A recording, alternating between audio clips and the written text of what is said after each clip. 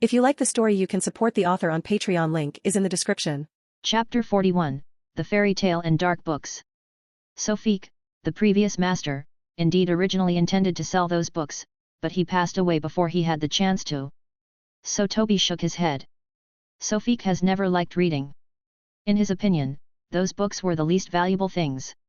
In fact, since Sophique inherited the tower, he rarely ever went to the third and fourth floors.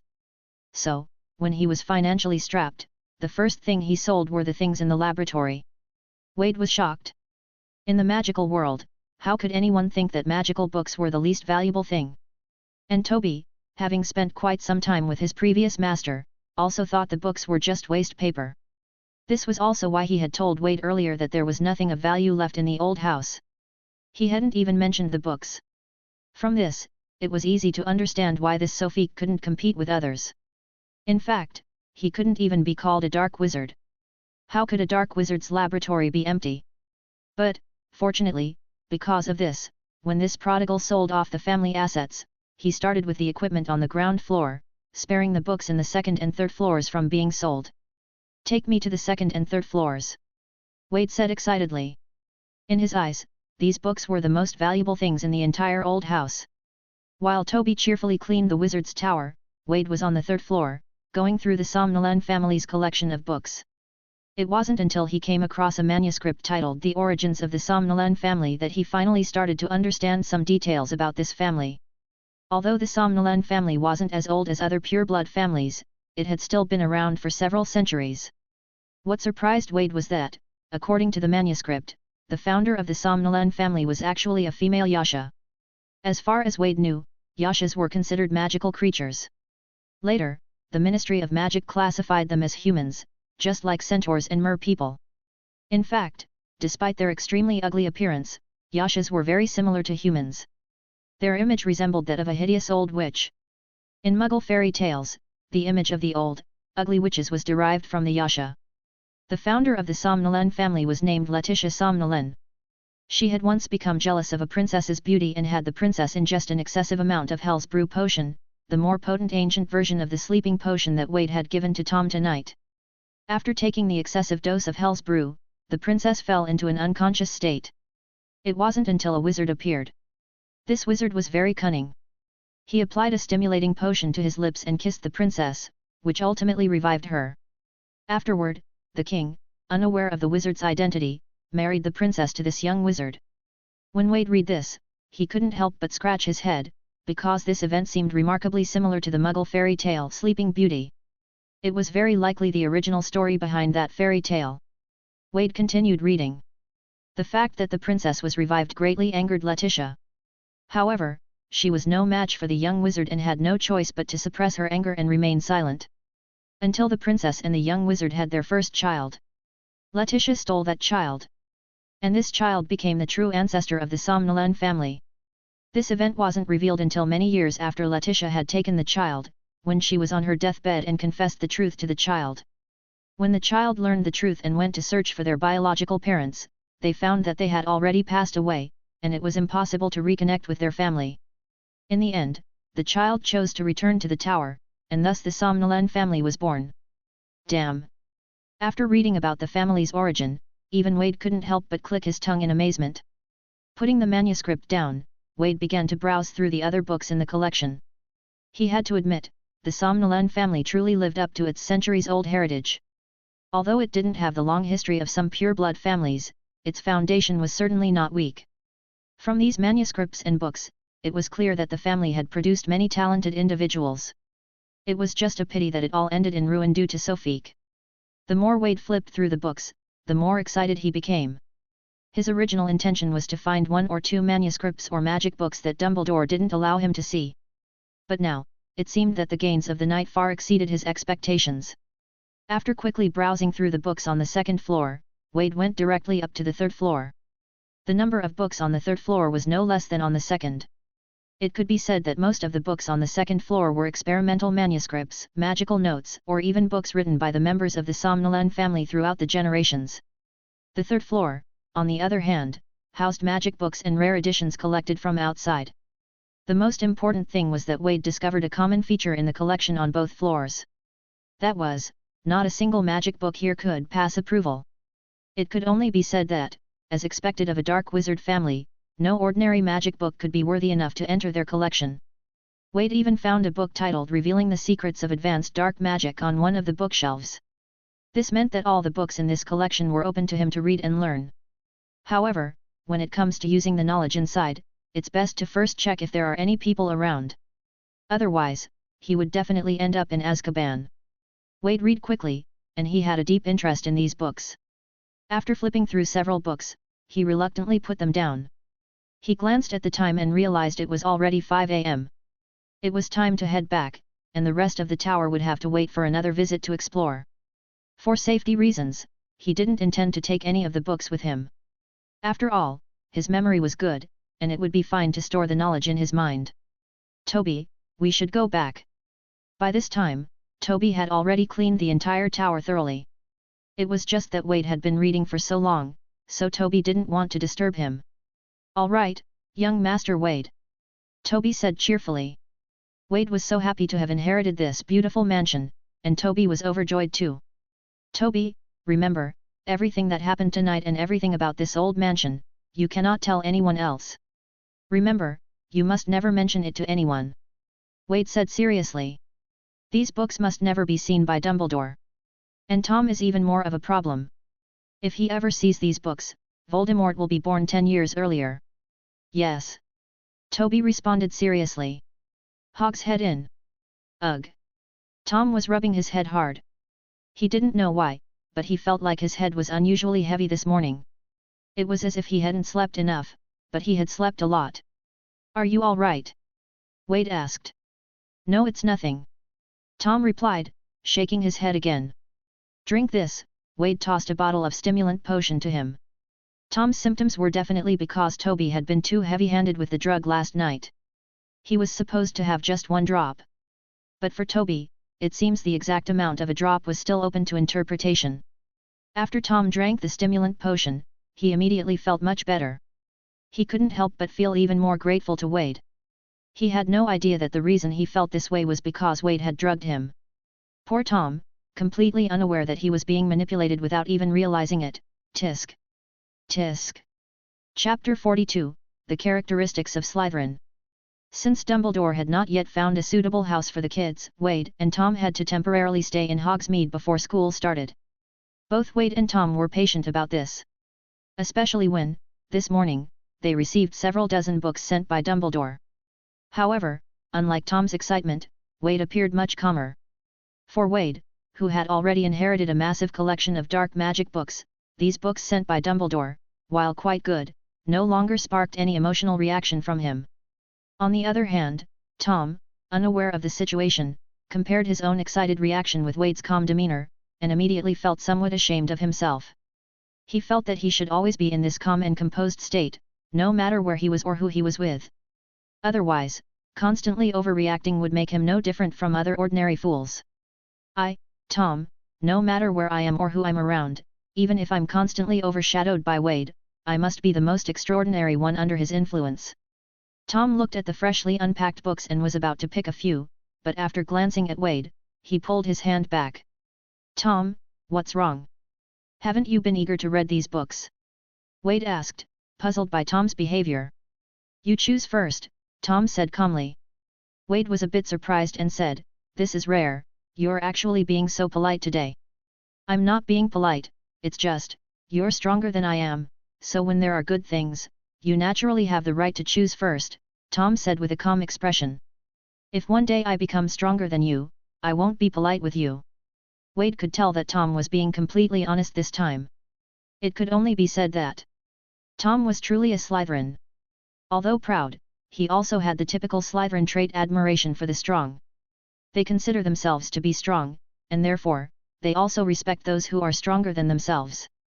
Even Tom, who would eventually become the infamous Voldemort, could not shake his admiration for strength when he encountered someone stronger than himself. After understanding this, Wade didn't refuse but directly picked a book from the pile outsmarting dark magic. "I'll read this one first." "All right, I've chosen. You can take the rest," Wade said. Upon hearing Wade's words, Tom then carefully selected several books that interested him the most. Wade took a glance and noticed that the books Tom chose were Basic Spells and Counterspells, Self-Defense Spellbook, Practical Defensive Magic and its Countermeasures Against Dark Magic. Most of them were books recommended by Dumbledore, specifically about defense against the dark arts. There was no doubt that Tom's primary concern was how to quickly become stronger. Suddenly, Wade placed the book Outsmarting Dark Magic in front of Tom. "What's up? I just remembered I have something to do today. You can read this book first, and I'll take it back when I return," Wade said. "Where are you going?" Tom asked, slightly puzzled. "I'm going to Diagon Alley with Toby. We're going to buy some things," Wade replied. "Oh? What are you buying?" Didn't we already buy everything we needed?" Tom tilted his head in confusion. Logically, all the things they needed had already been bought. If they had forgotten anything, most things could be found in Hogsmeade Village. Even if something was unavailable there, Wade could just have Toby go buy it for him. There was no need for him to go personally. Why waste time that could be spent studying? "I'm planning to buy a few more second-hand wands. I need to be there in person to choose the ones that are most suitable for me," Wade said, not hiding anything. "We already have wands, don't we? Did you lose yours?" Tom looked at Wade in surprise. "Of course not. Actually, I've recently discovered a spell called the Prior Use spell called Priory Incantatum. It can make the wand recall the most recent magic it released." Wade quietly stared at Tom, his black pupils becoming deeper. "And I don't really want others to know what magic I've cast recently just by using my wand." At this point, Tom completely understood, and in fact, he agreed with this. Tom immediately put down the book he was holding and said, "I'll go too. I also need another wand as a backup. I heard that newly made wands have a spell called Tracking Threads which traces its use. This is a magic used by the Ministry to monitor students' use of magic outside school. We're not supposed to use wands during our holidays. What a stupid policy. I don't want to just look at my wand in frustration during the holidays." Wade nodded. "Since that's the case, let's go together."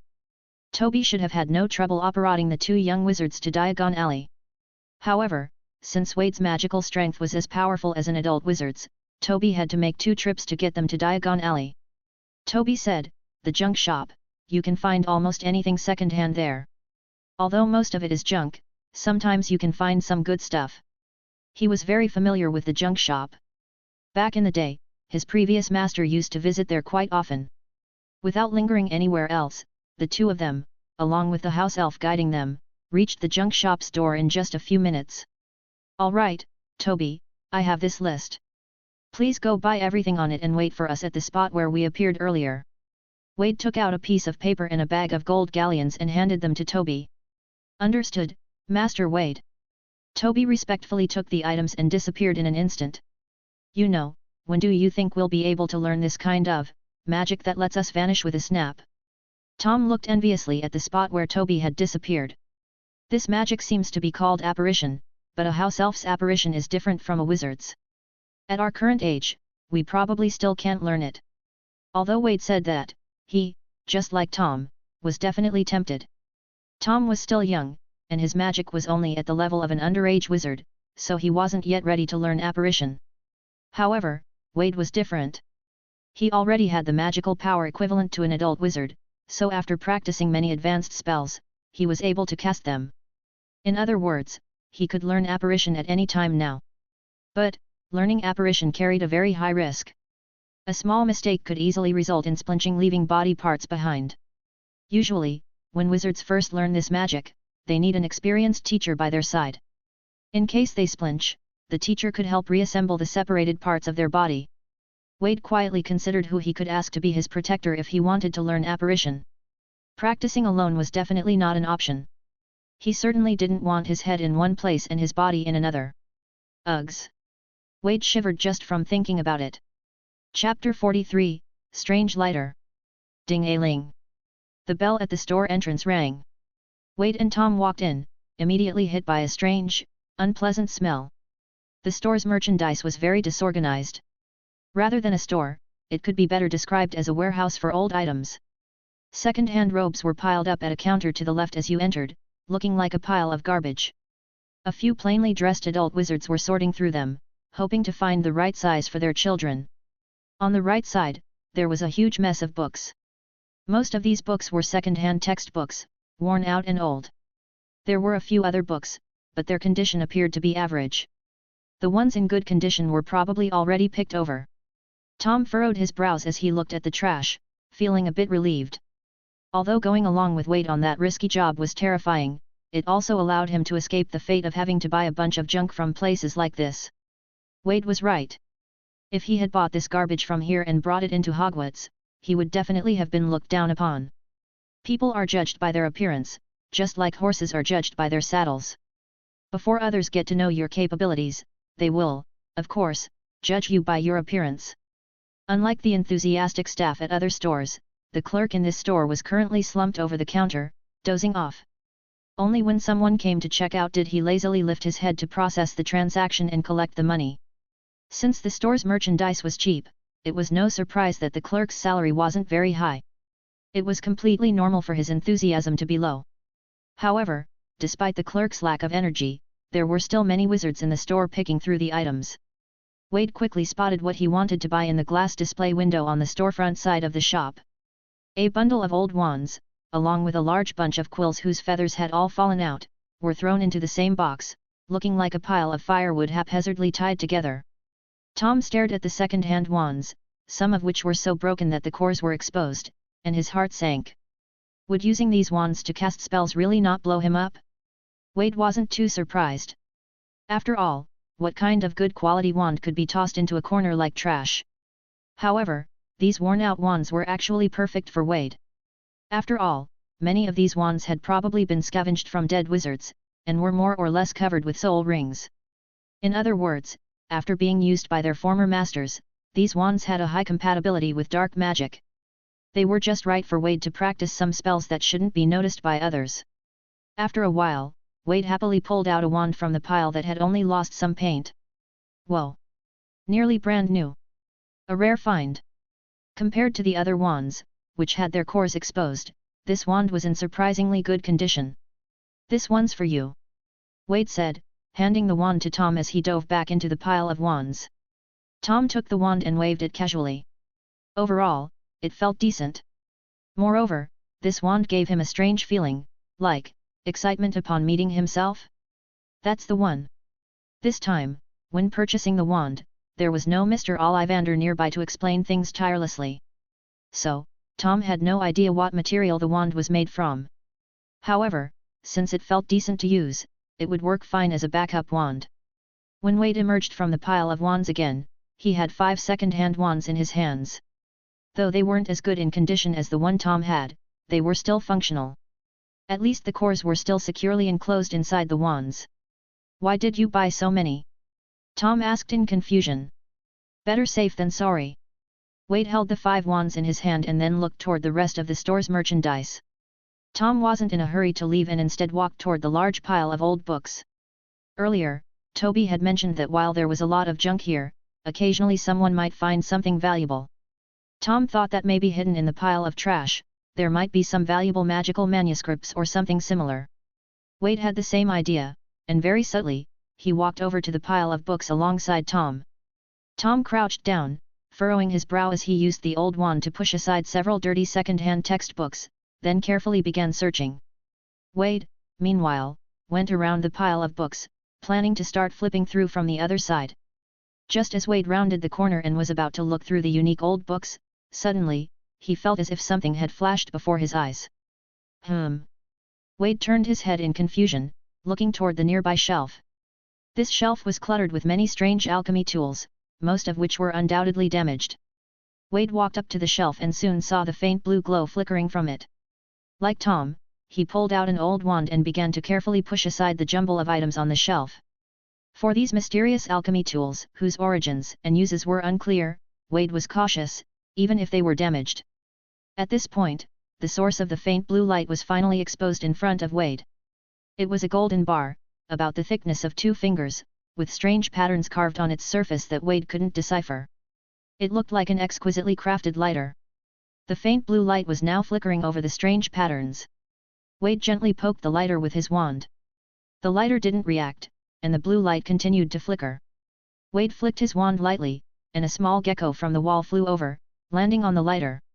After a while, seeing that the gecko showed no unusual behavior, Wade finally released the gecko from his spell. The little gecko hurriedly scurried away, without anything strange happening during the entire process. Only then did Wade confidently reach out and pick up the lighter.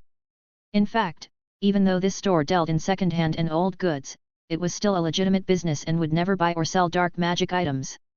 Most people wouldn't bring dark magic items here to sell, they would usually go to Nocturne Alley. What Wade had just done was really just a precaution, just in case. Wade carefully examined the lighter in his hand and then cautiously pressed his finger against the blue light. Click! A thin crack appeared at the top of the lighter. Wade gently pried it open with his thumb, and a small flicker of bluish flame appeared at the top. Wade didn't expect that it was really just an ordinary lighter. No. Wait, an ordinary lighter couldn't randomly emit light like this. Click! Wade closed the lid of the lighter, extinguishing the small flame at the top. Tom, come take a look at this. What's up? Tom walked over and looked at the lighter Wade had handed him. Isn't this just an ordinary lighter? Ordinary? Didn't you notice it's glowing? Wade asked, confused. Glow? Where's the glow? Tom took the lighter, looked at it, and then said with a look of disdain, it doesn't even open. You can't see the light at the top? And it still won't open. Wade rubbed his chin, staring at the lighter in Tom's hand, still emitting a faint blue glow. Well, to me, this is just a gold-plated lighter, and. Tom tried opening the lighter again. It really won't open. Wade took the lighter back and gently flicked it with his thumb. Click! The lighter opened. Tom's eyes widened. This. I'll try again. But no matter how hard Tom tried, he couldn't open the lighter like Wade did. So, this blue light. I guess only I can see it. Wade thought thoughtfully, looking at the lighter in his hand, still glowing with faint blue light. Chapter 44, Let's give it a try. Wade bought the lighter for 10 nuts. The fact that he was able to make the purchase at such a low price indirectly proved that it wasn't just Tom who couldn't see the blue glow above it. If everyone could see this glow, the price would definitely not be so cheap. After Tom picked up a few magical manuscripts in the second-hand bookstore, the two of them returned to the agreed-upon meeting point. Toby had already been waiting there with a large bundle of packages. Then, as before, Toby led them both back to the Hog's Head Inn. After entering, Wade casually asked Aberforth about the lighter at the bar. However, Aberforth also couldn't see the blue glow on the lighter. After hearing Wade's description, he suggested that Wade wait until Albus's next visit and bring it out for him to examine. Wade thought this was a reasonable suggestion. Albus Dumbledore was highly skilled in alchemy, so he likely knew something about it. Thus, Wade decided to temporarily set aside the issue with the lighter. Anyway, Dumbledore would be back soon, so Wade wasn't in a hurry. After returning to the room, Tom immediately picked up the book he had put down and continued reading. Thinking constantly about getting stronger was now Tom's sole pursuit.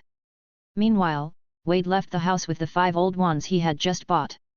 He had seen quite a bit of dark magic in the Wizard Tower last night, and Wade was eager to try out some interesting spells. When you're in the business, you need to have some defensive trump cards. And to practice dark magic, he needed a secluded place.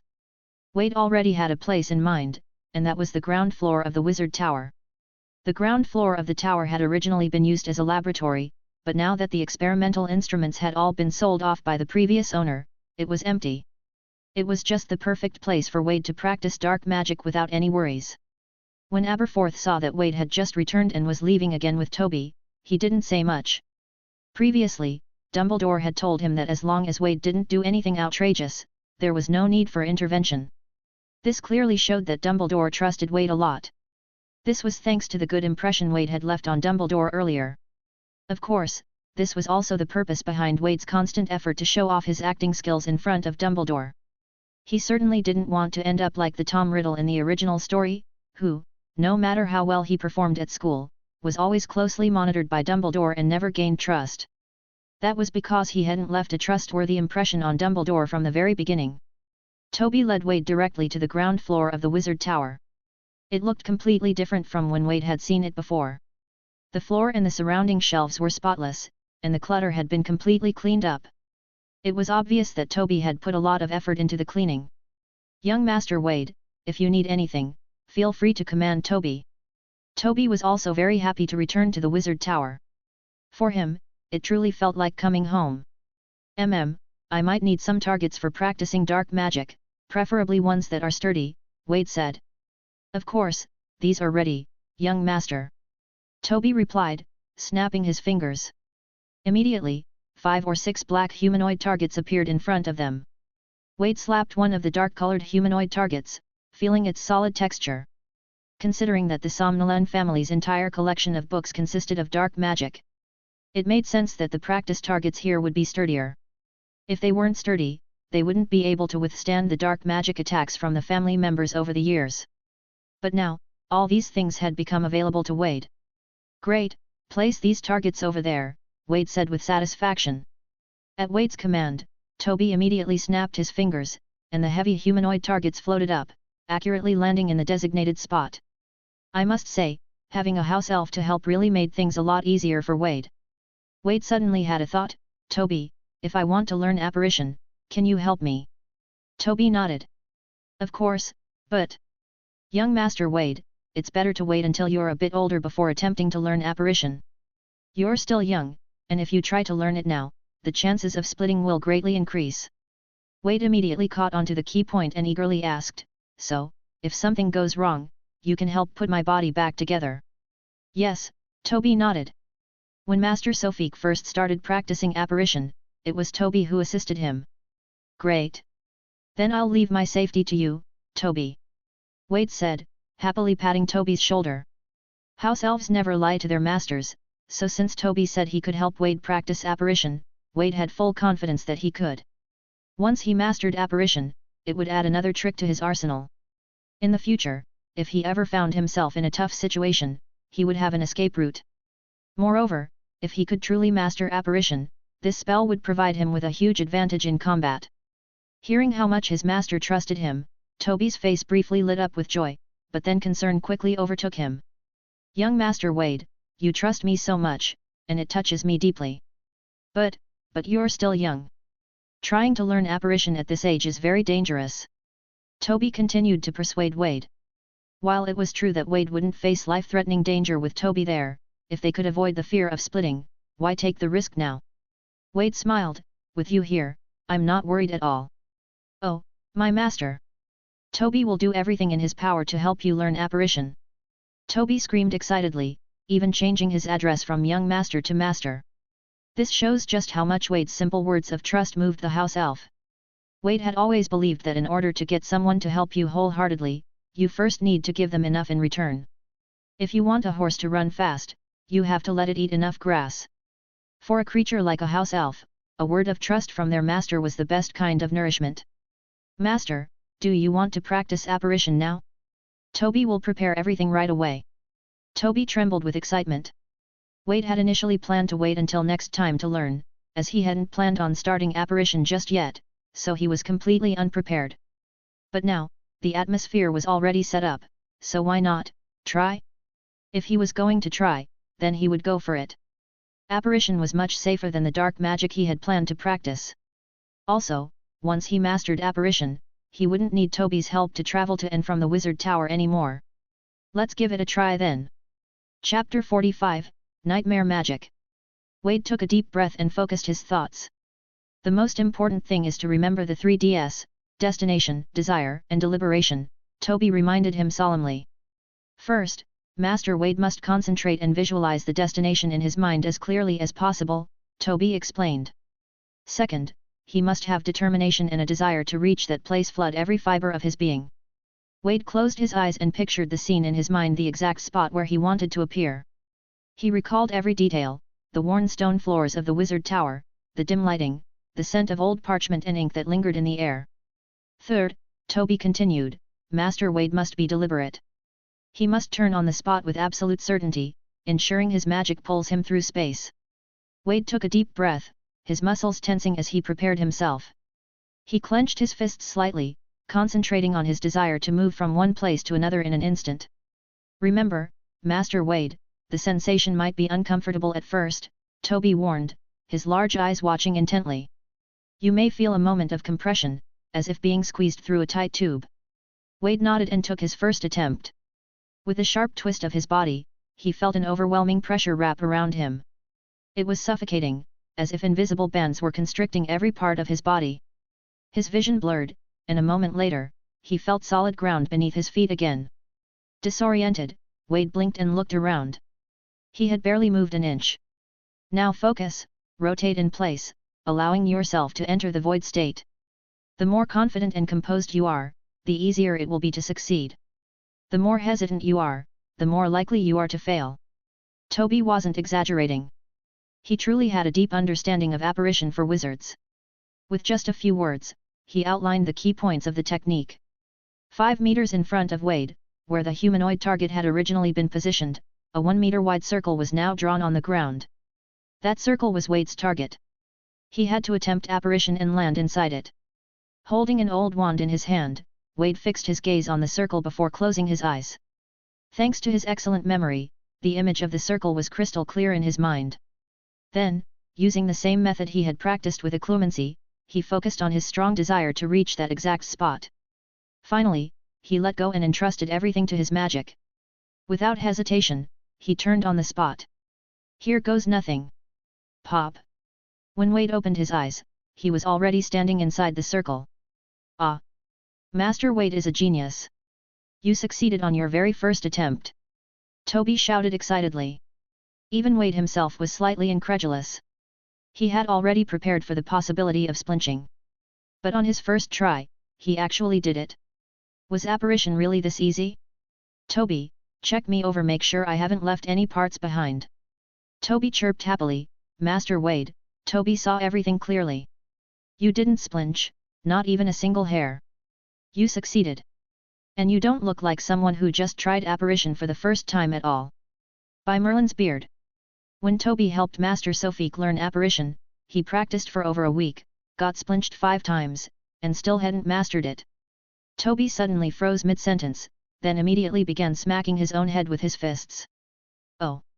Toby is terrible. Toby is a bad elf. How could Toby say such things about his former master? Wade grabbed Toby's arm, his expression serious. Toby, your master now is me.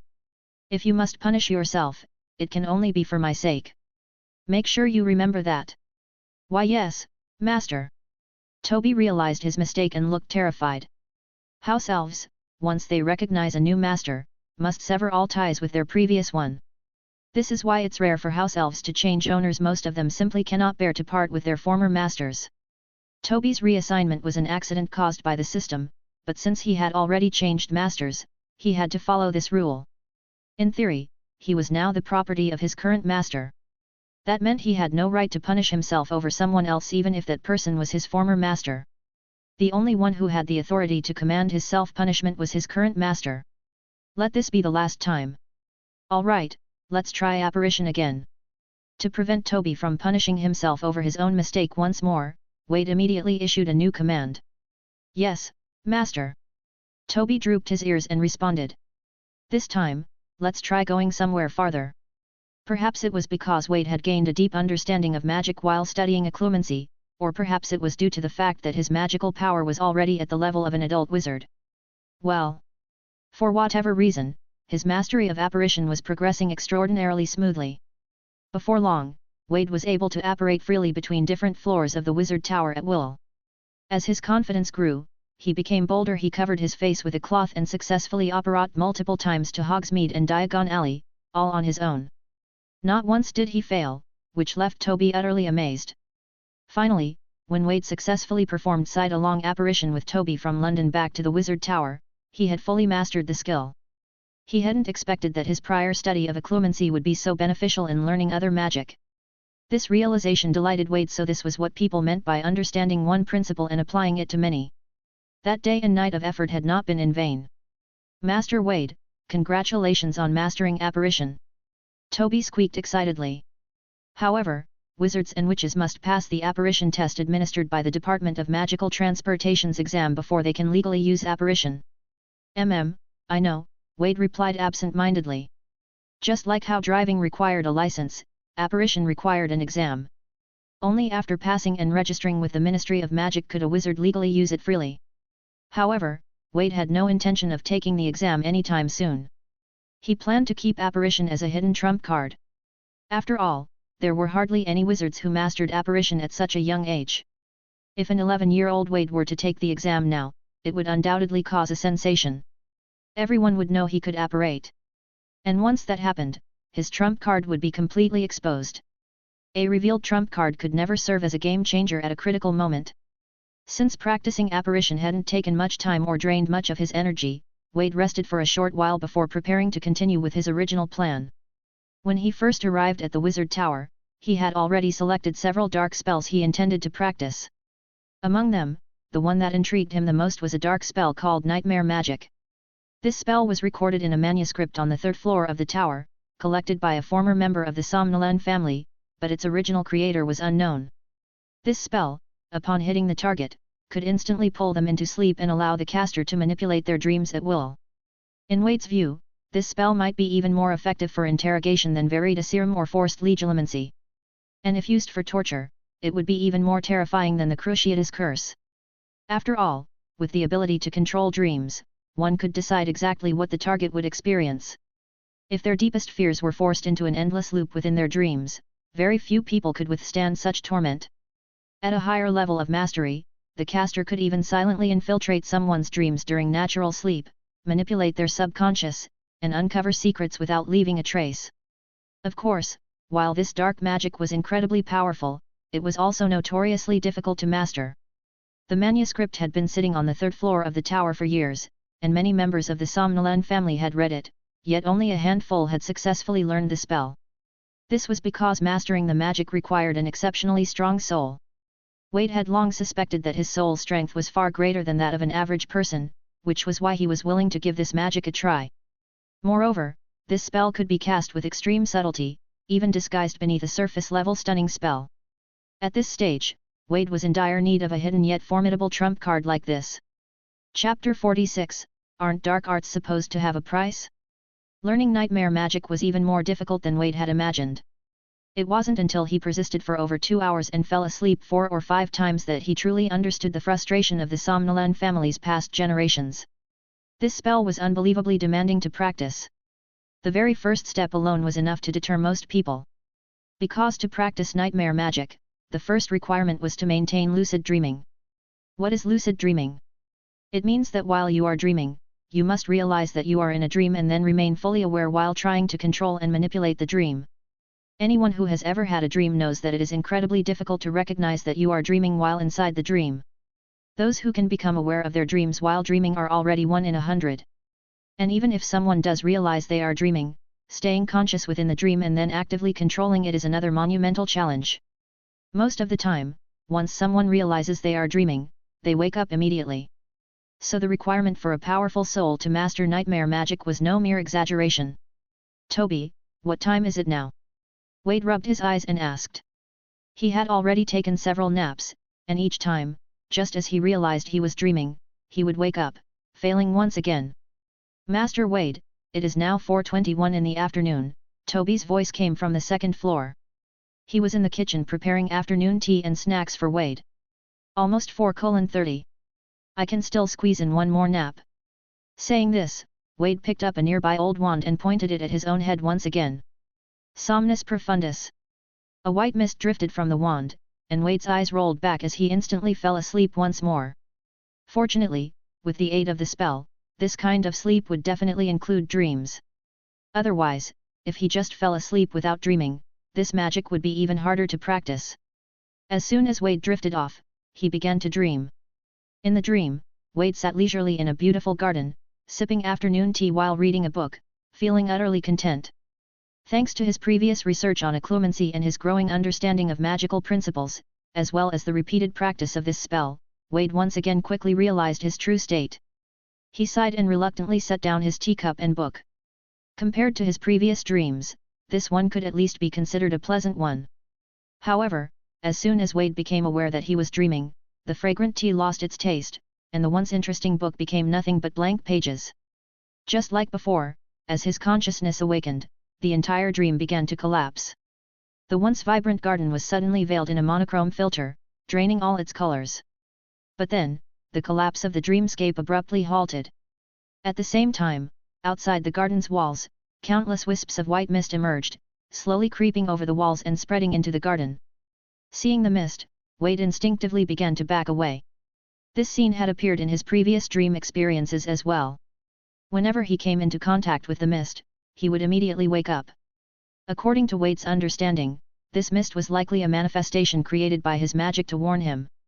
Otherwise, while deeply immersed in his dreams, he would have no way of knowing exactly when he was about to wake up. At this moment, Wade had already backed away from the table in the center of the garden until he was pressed against the wall. The white mist crept closer, now less than a meter away from him. Wade couldn't help but sigh. This magic was far too difficult just to get started. From the moment of lucidity to the beginning of the dream's collapse, and then to the mist engulfing him, the entire process lasted barely 10 seconds. In an emergency, Wade felt that he wouldn't have enough time to do anything. As the mist continued to advance, Wade felt his back press against a cold, solid surface. It was the garden wall. He had nowhere left to retreat. This wall is really sturdy. If only I could use my wand in the dream, then I could just blast it open. Wade was still in the middle of speaking when he suddenly froze. Because he realized that, at some unknown moment, a wand had appeared in his hand. Why do I have a wand? Aren't I dreaming? How did a wand come into my dream? The white mist was now almost at his toes. Wade had no time to think further. He turned and pointed the wand at the wall. Conf Ringo. Boom. The sturdy wall exploded as if it had been struck by a cannonball, collapsing in an instant. Wade was overjoyed and prepared to rush out, but just as he pushed forward, he suddenly stopped again.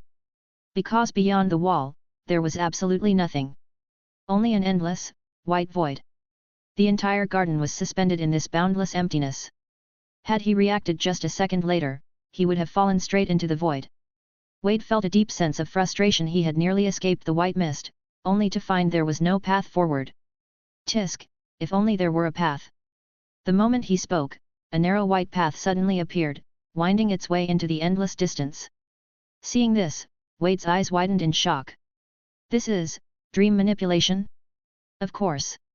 After achieving lucidity, I should be controlling the dream. What was I even doing just now? Why was I just standing there, doing nothing? Oh fuck. This feeling. I think my mind wasn't fully awake inside the dream. I feel like myself now. In that instant, Wade's mind was fully awake inside his dream. He had thought he had fully awakened within the dream, but in reality, he hadn't. He had only been half awake. Although he had realized he was dreaming, inside his dream, with only half his IQ, he had completely forgotten that his goal was to control the dream. It wasn't until just now when he unintentionally wished for a wand and it appeared in his hand that he began to suspect something. And finally, when his wish for a path was also fulfilled, he had truly woken up within the dream. He finally remembered what he had come into this dream to do.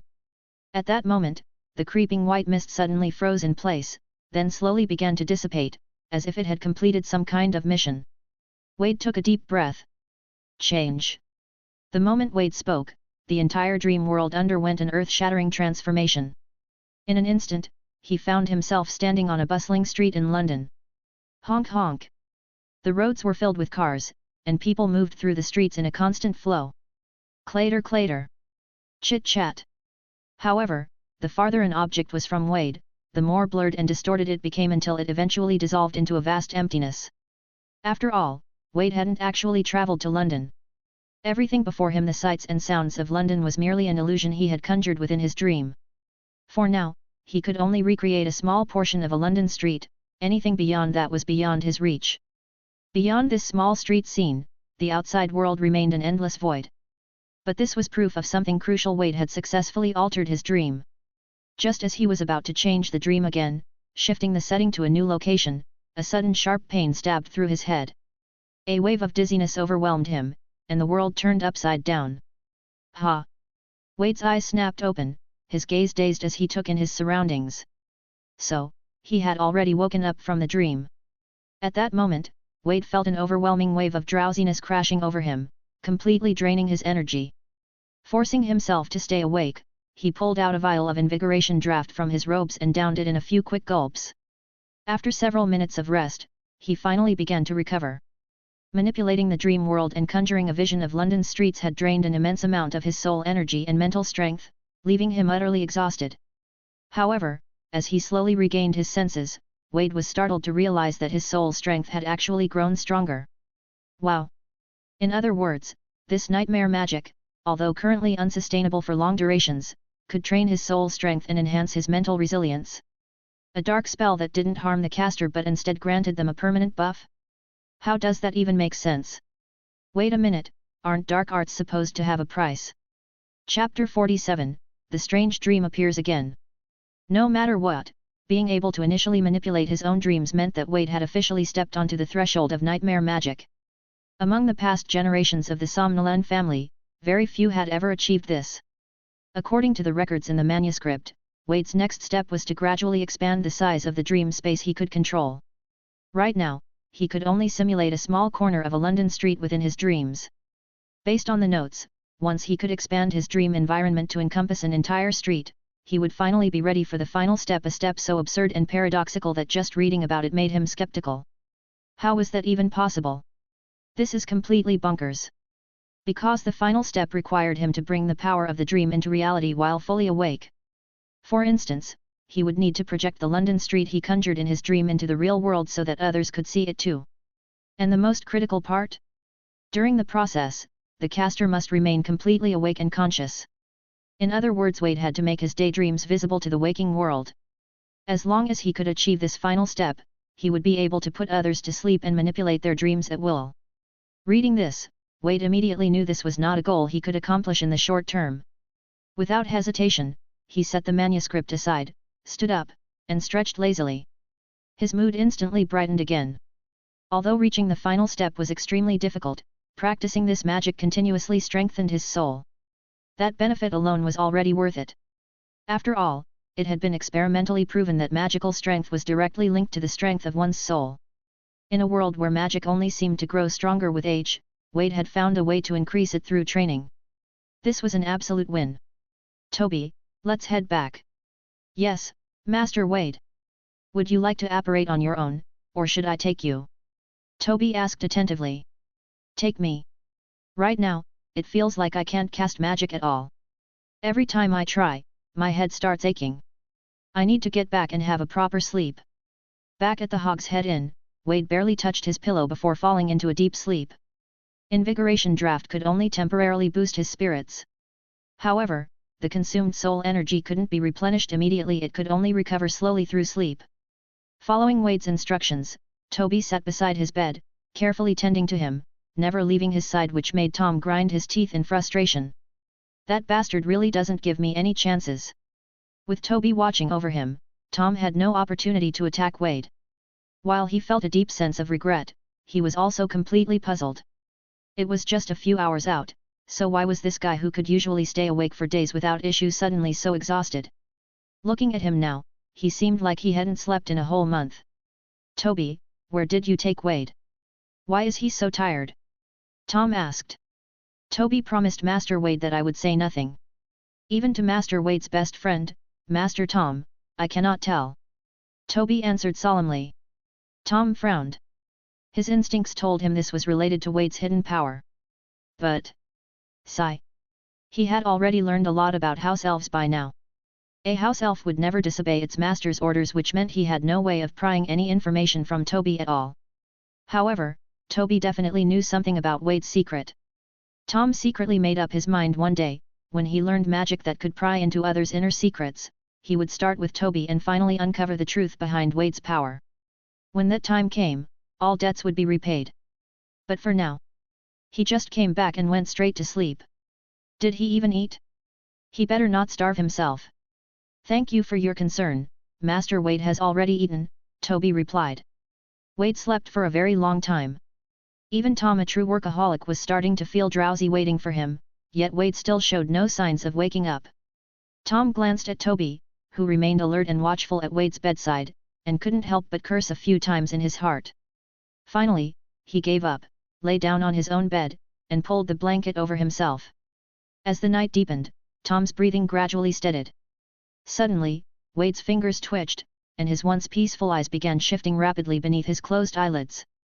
Wade, who had spent an entire day immersed in dreams, found himself dreaming once again. And this dream felt eerily familiar. A place shrouded in white mist. In the distance, hidden within the fog, stood a dark silhouette, waving at Wade. The shadow's mouth opened and closed, as if trying to say something. Having recently learned nightmare magic, Wade immediately became lucid within the dream. And then he remembered. He had dreamed of this exact same scene before. However, last time, his dream had been abruptly interrupted by Grindelwald's attack. But now, something was different. This time, Wade could faintly hear the voice of the shadowed figure. The voice sounded altered, making it impossible to discern whether it belonged to a man or a woman. And yet, despite his efforts, he couldn't make out complete sentences. He could only catch fragments of words. Follow. Power. Dream. Those were the only words Wade could make out. The rest of the speech was completely indistinct, blurred into the background of the dream. Wade attempted to manipulate the dream, hoping to shift himself closer to the shadowy figures so he could hear them more clearly. But nothing happened. His attempt to control the dream failed entirely. This stunned Wade. Could it be, this isn't actually my dream? Realizing he couldn't alter the dream, Wade gave up on trying to manipulate it and instead began walking toward the figure. For some reason, however, his legs felt incredibly heavy. Each step was a struggle. It took a long time, but eventually, Wade managed to reach the shadowed figure. Just as he arrived, though, the figure fell completely silent. Wade narrowed his eyes. When I was far away, you seemed to have plenty to say. But now that I'm here, you suddenly go mute. His patience wore thin. Who exactly are you? Wade asked in a low, serious tone. The shadow spoke again, and this time, Wade heard it clearly. Follow it. Come find me. A sudden weightlessness overtook Wade, and then the world spun. Ha! Huff! Huff! What the fuck was that dream? With a start, Wade shot upright in bed, feeling more energized than ever. His eyes immediately fell on Toby, who had fallen asleep beside his bed at some point. And then the strange, blue glowing lighter on his nightstand. At that very moment, the lighter was trembling slightly, its eerie blue glow pulsing in the dim room. Wade carefully reached out, making sure not to wake Toby, and picked up the lighter. He hesitated for a moment, then pressed his finger lightly against the blue glow. Click! The lighter's lid snapped open on its own. A wisp of ghostly blue flame emerged from the lighter and then floated up into the air. The blue flame hovered over Wade's head for a moment before floating straight out the window. At that moment, Wade recalled the words from his dream. Follow it. Come find me. He didn't hesitate for long. If the shadow in his dream had the power to invade his subconscious at will, then eliminating him would probably be effortless. Given the circumstances, Wade figured he didn't have much of a choice. He put on his shoes, grabbed an old wand, and before leaving, he casually cast a stunning spell at the sleeping Tom, ensuring his sleep quality skyrocketed for the rest of the night. Then crack! With a soft crack, Wade vanished. He apparat onto the quiet street outside the Hogshead Inn. Oddly enough, despite the distinct noise of apparition, Toby remained completely undisturbed. The midnight streets of Hogsmeade were deserted. Only a few flickering lanterns cast dim pools of light onto the cobblestone road. Suspended in the air, the blue flame hovered motionless, as though it were waiting for Wade. The moment Wade stepped closer, the flame began to drift forward again, swaying like a wandering ghostly light, leading him deeper into the night. Chapter 48, Who Are You? The street was eerily silent. The darkness of the night felt thick like ink, making the dimly lit buildings along the roadside appear even more sinister and eerie under the faint moonlight. Wade quietly followed the floating blue flame, step by step, as it led him away from Hogsmeade village. Before long, he had completely left the village. The glow of the street lamps, which had faintly illuminated his shadow, finally disappeared, stopping at the stone bridge at the village's edge. Wade continued to follow the blue flame, which soon guided him down a narrow path, leading deeper into the forest. As the trees grew denser, the dim moon above gradually vanished from sight. Wade tilted his head up, but all he could see was the thick canopy of leaves, casting dense shadows in the night, shadows that looked like giant beasts lurking in the dark, waiting to devour anything that strayed too close. By now, the only source of light left in front of Wade was the faint glow of the floating blue flame. Lumos. A brilliant white glow burst from the tip of his wand, piercing through the oppressive darkness of the forest. With proper illumination, Wade's unease slowly dissipated, and his thoughts gradually calmed. Seeing that the blue flame seemed to be leading him toward the forbidden forest, Wade raised his wand. Protego. A transparent shield instantly flashed into existence, enveloping Wade's entire body. Though the shield charm was an advanced spell, Wade, having the magical strength of an adult wizard, found it relatively easy to master. Shortly after moving to Hogsmeade, he had specifically sought out Aberforth and learned this extremely useful defensive spell from him. After all, he had recently suffered because of the shield charm during his encounter with Grindelwald's party. At the time, Tom had also wanted to learn it, but unfortunately, his magical strength wasn't yet sufficient. Even with exceptional talent, he could barely form a partial shield charm. Several more minutes passed as Wade followed the floating blue flame, venturing deeper into the forbidden forest. There was no clear path in the forest. If any existed, they were likely closer to Hogwarts' side. Navigating through the dense and pathless forbidden forest, Wade pressed forward for another 5 or 6 minutes. Finally, the blue flame came to a stop hovering in front of what looked like a massive boulder. Wade raised his wand, casting its luminescent glow onto the large stone in front of the floating blue flame. Now that the light fully illuminated it, Wade could see clearly this was not a mere boulder. It was, in fact, a massive stone sculpture of an intricately carved toad. Wait, what? A toad? Just as Wade was about to examine it more closely to see what was special about it, suddenly the stone toad opened its massive mouth and swallowed him whole, along with his Protego shield. What the? Everything went black for a moment. However, Wade quickly noticed something: his shield charm remained intact, completely unharmed. This meant that the toad itself likely wasn't hostile. Then whoosh! Wade felt his entire body spin rapidly, like being pulled through a magical vortex. A bright light flashed before his eyes and in the next instant, plop! His feet landed firmly on the ground. Wade quickly surveyed his surroundings. To his surprise, he was no longer in the forbidden forest. Instead, he now stood inside a massive stone chamber. The size of this chamber was immense, easily half the size of a football field. Even more astonishingly, the ceiling stretched nearly 10 meters high. Yet, despite its enormous size, the chamber was completely empty. Unlike the forbidden forest, where darkness reigned under the dense canopy, this underground chamber was illuminated as if by daylight, yet there was no visible source of light anywhere. Wade turned around and found himself standing before another massive stone toad sculpture nearly identical to the one in the forest. So, this stone toad was a portal? Its method of teleportation, however, was rather peculiar. The one in the forbidden forest had swallowed him, and this one here had spat him out. He had no idea where he had just been transported to. Just then, if I were you, I'd step away from that big toad immediately. Otherwise, it might just swallow you up and send you right back. A familiar voice echoed in Wade's ears. This. The same voice that had appeared in my dreams. Wade scanned the chamber, searching for the speaker, but he saw no one. Clearly, the owner of the voice was not in the chamber itself. Then, the voice called out again, "Come up here." "Where are you, oh?" As soon as Wade finished speaking, a thick white mist began to emerge from an unknown source. The mist spread rapidly, rolling across the ground like waves, obscuring everything in sight. Wade instinctively gripped his wand, his muscles tensing as he remained on guard. Then, a figure slowly took shape within the dense fog. At first, it was just a vague silhouette, but as the mist swirled around it, the shape became clearer: a tall, robed individual standing motionless in the distance. Despite the hazy surroundings, Wade could feel the weight of the figure's gaze fixed upon him. "Welcome," the voice said once more, this time, much clearer than before. It was deep, smooth, and carried an eerie calmness.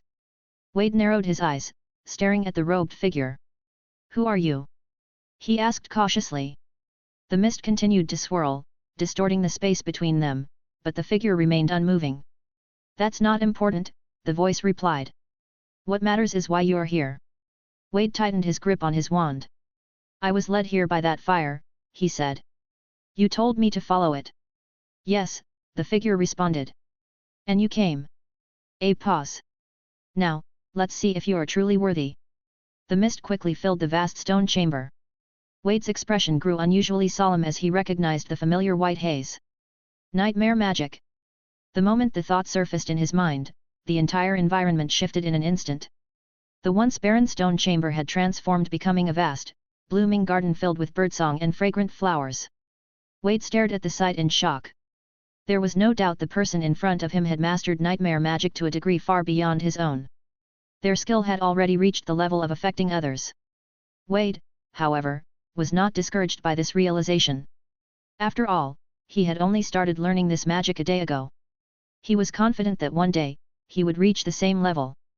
But at this moment, he finally understood the final step described in the manuscript was not an exaggeration. "Come closer," the voice said. "Let's have a chat." Wade turned his gaze toward the source of the voice. There, in the middle of the garden, stood a pavilion. Inside, a round table and 2 chairs were neatly arranged. One of the chairs was already occupied by a peculiar figure. Peculiar because he didn't look human at all. What kind of normal person was completely shrouded in swirling black mist? Wade strode forward without hesitation and took a seat across from the strange figure. It was only upon closer inspection that Wade could see the full extent of his unsettling presence. The man's entire body was wrapped in an eerie, shifting black haze. "We finally meet, Wade," the figure said. "I'm sure you have many questions. That's fine, you can ask them now." Though his tone carried an unmistakable amusement, Wade couldn't see his facial expression through the swirling darkness. Without hesitation, Wade nodded and got straight to the point. "Who are you? And why are you looking for me?" The figure let out a deep sigh. "I am merely a pitiful soul, one enslaved by power. As for why I sought you out, it's because only you can save my life." "Me?" Wade raised an eyebrow. "Save your life?" At that moment, the small, glowing blue lighter floated out of Wade's pocket, drifting gently into the figure's waiting hand. "This lighter?" The figure chuckled. "Only you can see the glow, can't you?" Chapter 49, Ancient Magic. "Ah, so you can see the blue glow as well." Wade murmured thoughtfully, nodding slightly. "What exactly is this blue light? And what does being able to see it mean?" "It means that you and I share a unique trait. Tell me, have you ever heard of ancient magic?" Wade's eyes widened. Ancient magic. The concept of ancient magic was something he had encountered before back in his previous life, in a game called Hogwarts Legacy.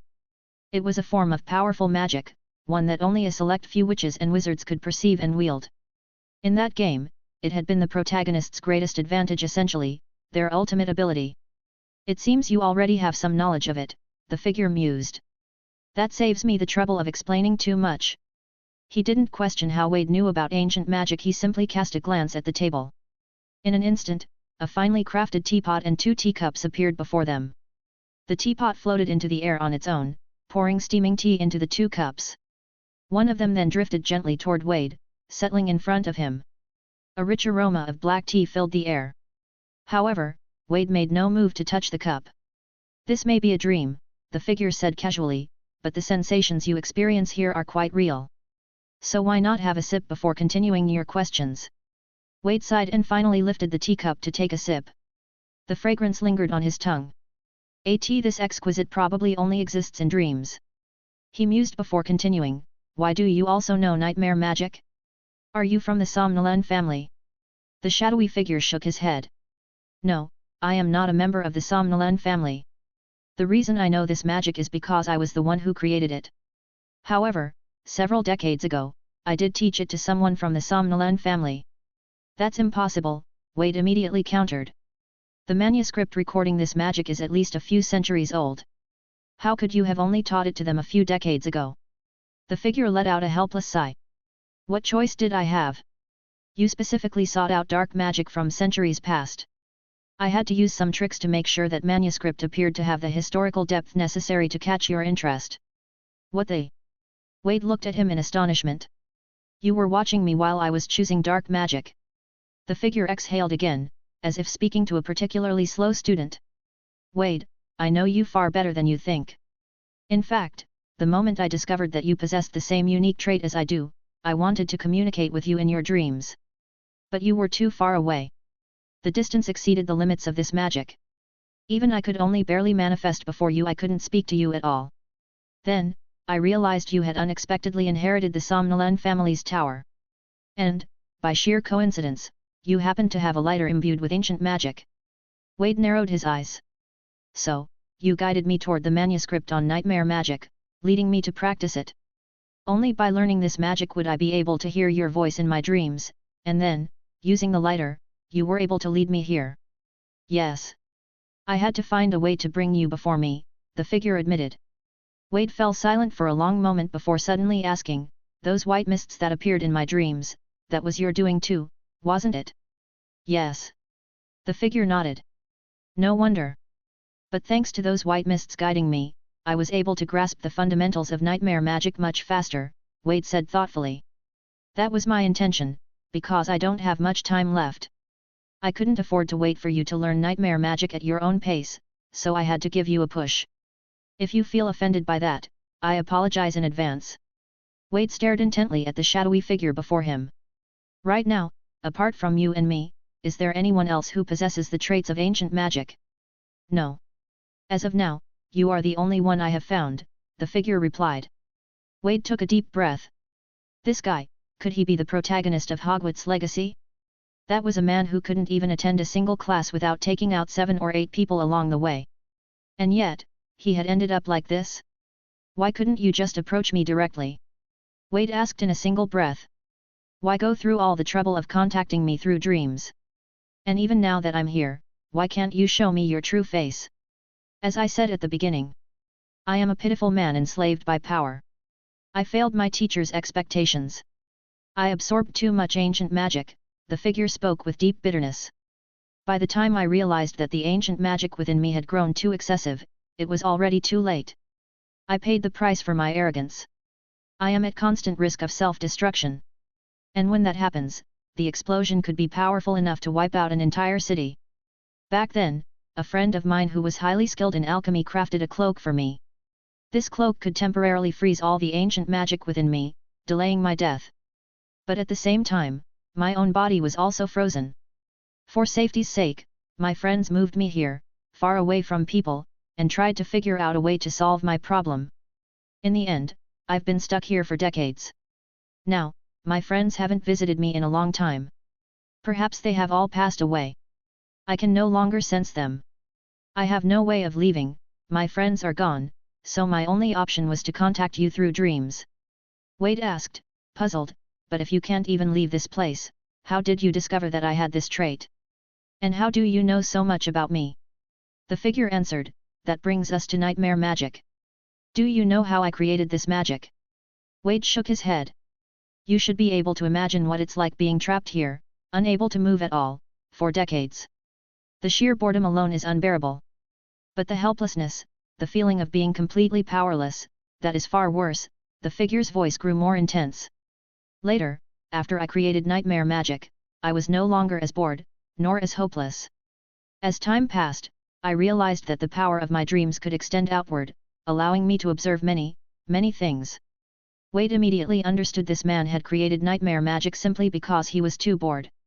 For someone who couldn't move at all, a dreamscape that could change at will was the perfect means of escape. Perhaps, it was precisely because of this magic that this man hadn't been driven mad by the endless void and solitude. No wonder his nightmare magic was so advanced. This man, in his boredom, had managed to extend his dream powers outward to observe the world? That was terrifying. Your friends just left you here? Without checking in on you? Why didn't they at least take turns staying with you for a while? Wade asked, confused. I told them to leave. I'm like a ticking time bomb, ready to explode at any moment. It wasn't safe for them to stay here, the figure said, his voice filled with helplessness. As much as he had longed for companionship. All of this was my own fault. I once promised my teacher that I could control this power. And yet... Wade cut to the chase, so, how do you want me to save you? You also possess the ability to wield ancient magic, so absorb me. Take some of the ancient magic within me. Only then can I be free again. Chapter 50, because I don't want to end up like you. Wade narrowed his eyes slightly at the man's words. Tell me, is this a request, or a demand? After all, a request and a demand were two very different things. A request could be declined. But a demand wasn't so easy to refuse. Especially given Wade's current situation. If this cloaked figure was making a demand, then it was nothing short of a blatant threat. This is a request, Wade, the man said calmly. Seeing that Wade still seemed wary, he added, I know the way I look now makes it hard for anyone to trust me, but I have no reason to lie to you. If I wanted to force you, well, pardon my bluntness, but with your current strength, you wouldn't be able to stop me. As he spoke those words, the surroundings shifted dramatically. In the blink of an eye, the two of them were no longer in the garden pavilion, they were standing atop the mouth of a volcano. Molten lava bubbled and flowed within the volcanic crater, radiating an intense heat that made Wade's skin sting. At that moment, Wade recalled a certain trait of the nightmare magic. At its highest level, nightmare magic didn't just force someone into sleep and manipulate their dreams, it could trap others in a dream world entirely of the caster's making, a world from which they could not escape. As long as the victim remained within the dream constructed by the caster and the caster's soul was significantly stronger, then the trapped individual would effectively become part of that dream, completely under the caster's control. And right now, Wade was inside a dream created by this cloaked man. In other words, if the man wanted to, he didn't need Wade's permission. He could have simply manipulated him into doing whatever he wanted instead of bothering with all this conversation. Gulp. I understand now. You really have no reason to lie to me, Wade said with a nod. As soon as he spoke, the surroundings shifted again, returning to the fragrant garden from before. Forgive me, the man said softly. That was merely to prove I wasn't lying to you. Wade waved his hand. Since this is a request, then, if I refuse, will you let me leave? The cloaked figure paused for a moment, but still nodded. Yes. In that case. I'm sorry, sir or madam, I suppose, but I can't agree to your request. Wade rejected the plea without hesitation. This time, the cloaked figure was genuinely stunned. That was not the response he expected. By all logic, Wade shouldn't have refused at the very least, not so bluntly. Can you send me back now? Wade's calm voice interrupted the stranger's thoughts. The figure took a deep breath. Of course I can. But, may I ask why you refused? Wade looked at him steadily. Because I don't want to end up like you. The figure was stunned again. That answer unexpected, yet somehow completely understandable. He had thought Wade still didn't trust him. But he hadn't considered this reason. Wade continued, I know what kind of person I am. My desire for power is no less than anyone else's, and because of that, I can't guarantee I'd be able to resist the temptation. If I recklessly absorb this kind of magical power, there's no telling if one day I'll end up just like you. The cloaked figure fell into a long silence. After a while, he let out a heavy sigh. You're smarter than I was back then, much smarter. If I had your self-awareness at the time, I wouldn't have ended up like this. It's true I longed too much for freedom, and I didn't think things through. I sincerely apologize to you again. If you want to leave, you can go at any time, just return the way you came. If you change your mind, you can come back the same way. And even if you don't, you're still welcome to visit and talk. I don't want to spend the last stretch of my life in complete loneliness. Oh, and, if it's just to talk, you don't need to come all the way here. Just fall asleep using the nightmare spell and call out to me in your dreams. As a return, the figure said, I will do everything I can to teach you my nightmare magic. It's a good spell. As its creator, I don't want it to be lost to time. As his final words fell, the entire garden began to distort. The dreamscape around Wade receded like the tide. And then, Wade found himself once more standing in the barren stone chamber. The long staircase lay behind him. It was as if he had never gone anywhere, that everything just now had been nothing more than a fleeting dream. Well, it had been a dream, technically. Wade turned around and looked at the staircase. How much time do you have left? He asked. About 2 years, give or take. This cloak won't be able to hold out for much longer, the figure's voice replied. So if you want to master nightmare magic, you'll need to hurry. Suddenly, Wade asked, the ancient magic inside you, can I have a sample of it? A few seconds later, a small bottle appeared, floating in front of him. Inside the small bottle swirled a dense black mist. As it churned, faint glimmers of eerie blue light shimmered deep within the darkness. If I want to contact you in a dream, Wade asked, what should I call you? I can't exactly go around yelling hey, weird guy, can I? Weird guy. The figure chuckled. Ha, being called a weirdo isn't the worst thing. Still, if you prefer something else, you may call me the Dream Maker. Dream Maker? You're not even willing to tell me your real name. Wade sighed. Forget it, weird guy it is, then. Goodbye. He took the bottle and strode back down the long staircase. Several minutes later, Wade returned to the Forbidden Forest through the stone toad. True to his word, the strange man had done nothing to stop his departure. When Wade reached for his wand in his pocket, he noticed that the lighter had somehow returned to him as well, nestled quietly back where it had come from. Staring again at the faint blue glow flickering from its surface, Wade frowned slightly. In truth, Wade hadn't been completely unmoved by the power of ancient magic. If he truly felt nothing, he wouldn't have asked the man for a sample. As he'd said himself, he was someone who desired power. But unless he could first determine whether this power came with dangerous side effects, he would never recklessly absorb it. Even if the power of ancient magic already existed within his body yet to be fully awakened. It was precisely that strange man's tragic fate that had pushed Wade's caution toward ancient magic to its peak. Had that man really ended up like that simply because he couldn't control his own hunger for power? Or, was there something deeper at play? Could ancient magic itself corrupt the mind? There was still too much unknown. After all, Wade's shallow understanding of ancient magic came only from the game he'd played before crossing into this world. But now, he was living in a reality far more tangible than any game. And in this world, one could never be too careful. Wade tucked the lighter back into his pocket, intending to apparate back to Hogsmeade. Boom! Suddenly, a thunderous noise echoed from somewhere in the distance, followed by the crashing of trees and startled shouts. Wade frowned, raising his wand and casting a disillusionment charm over himself. A second later, his figure melted into the shadows. Chapter 51, Passively Awakened Ancient Magic Talent. Boom! Wade wasn't the kind of person who liked meddling in others' business, but his curiosity and thirst for knowledge were undeniably strong. So, he decided to keep himself hidden under the disillusionment charm and go take a look at what was going on.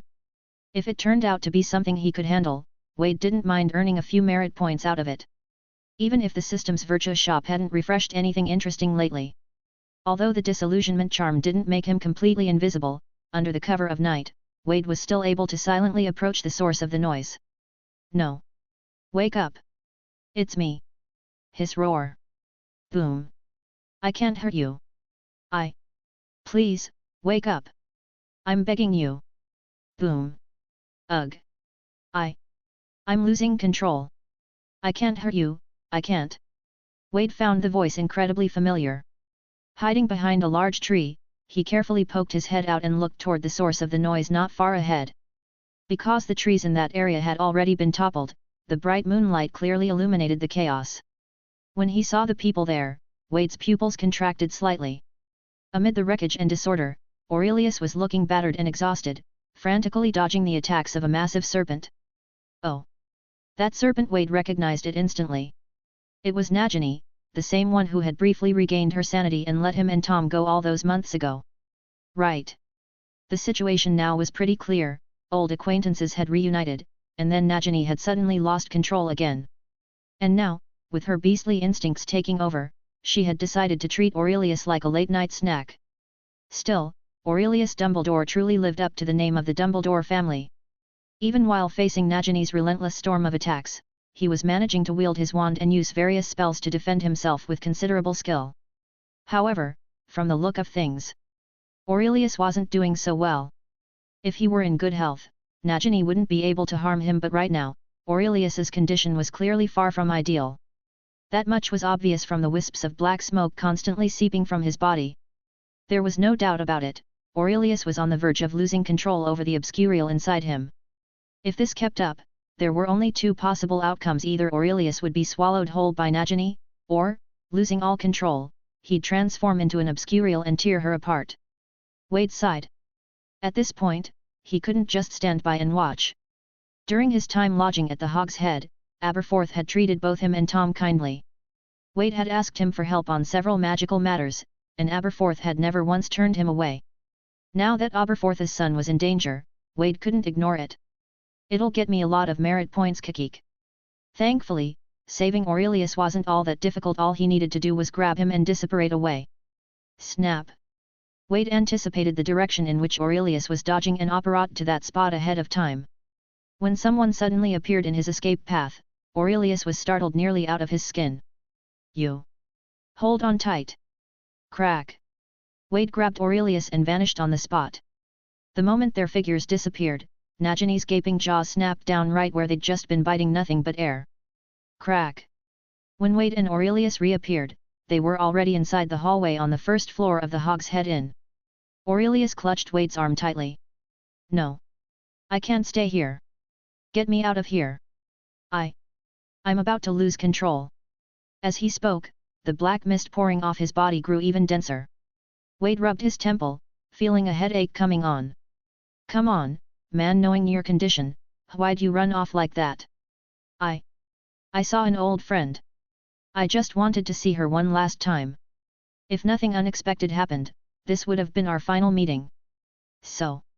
Get back to the attic now. Professor Dumbledore reinforced the protective enchantments for you, Wade said with a frown. It's useless. Once I've left, those enchantments stop working. TCH. That's not just irresponsible toward yourself, it's reckless toward everyone else's lives and property. Wade said sternly. I'm sorry. But. Orurelius's eyes were filled with sorrow. Seeing him like this, Wade couldn't bring himself to say anything more. He apparat again, taking Orurelius with him and reappearing deep in the Forbidden Forest far away from anyone else.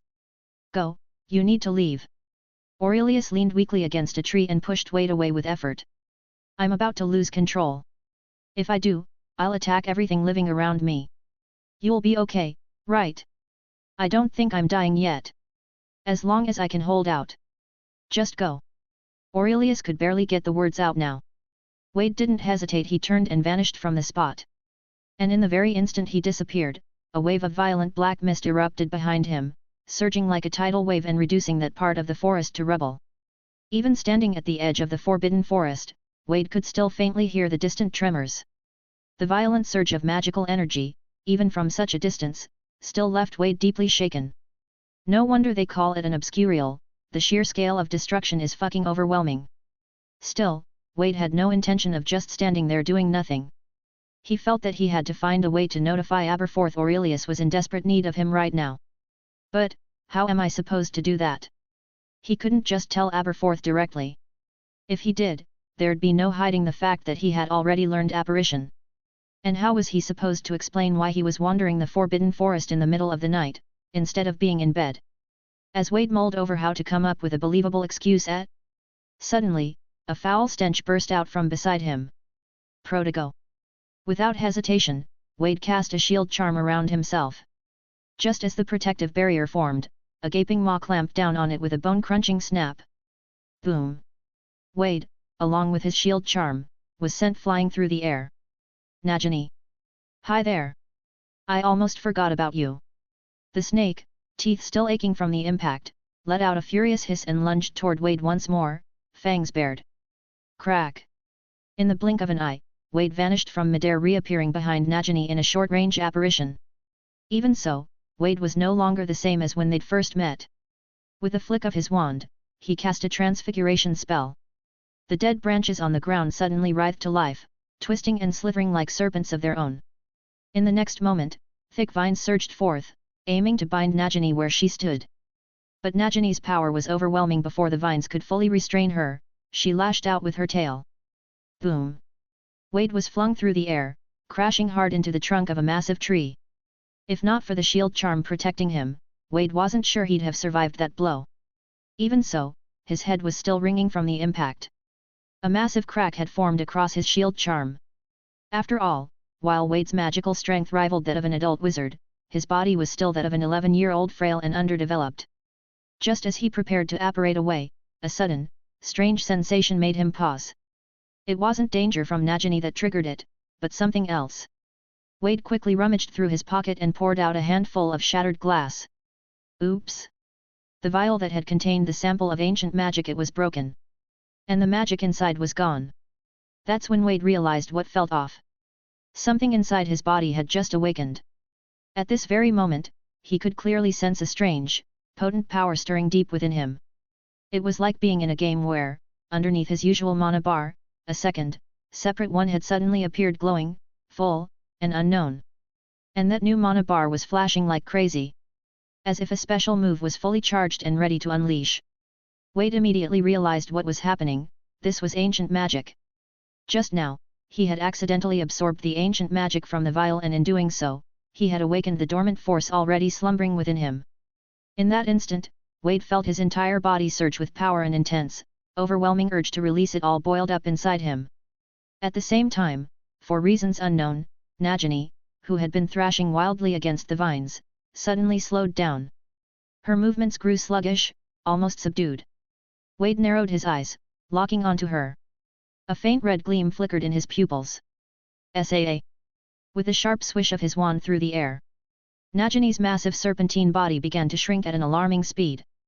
Chapter 52, Ancient Magic Can Corrupt. Nagini's enormous body was shrinking at an astonishing speed. At the same time, Wade could clearly feel that strange, overwhelming power inside him. That peculiar magic which had been on the verge of overflowing was now being rapidly released.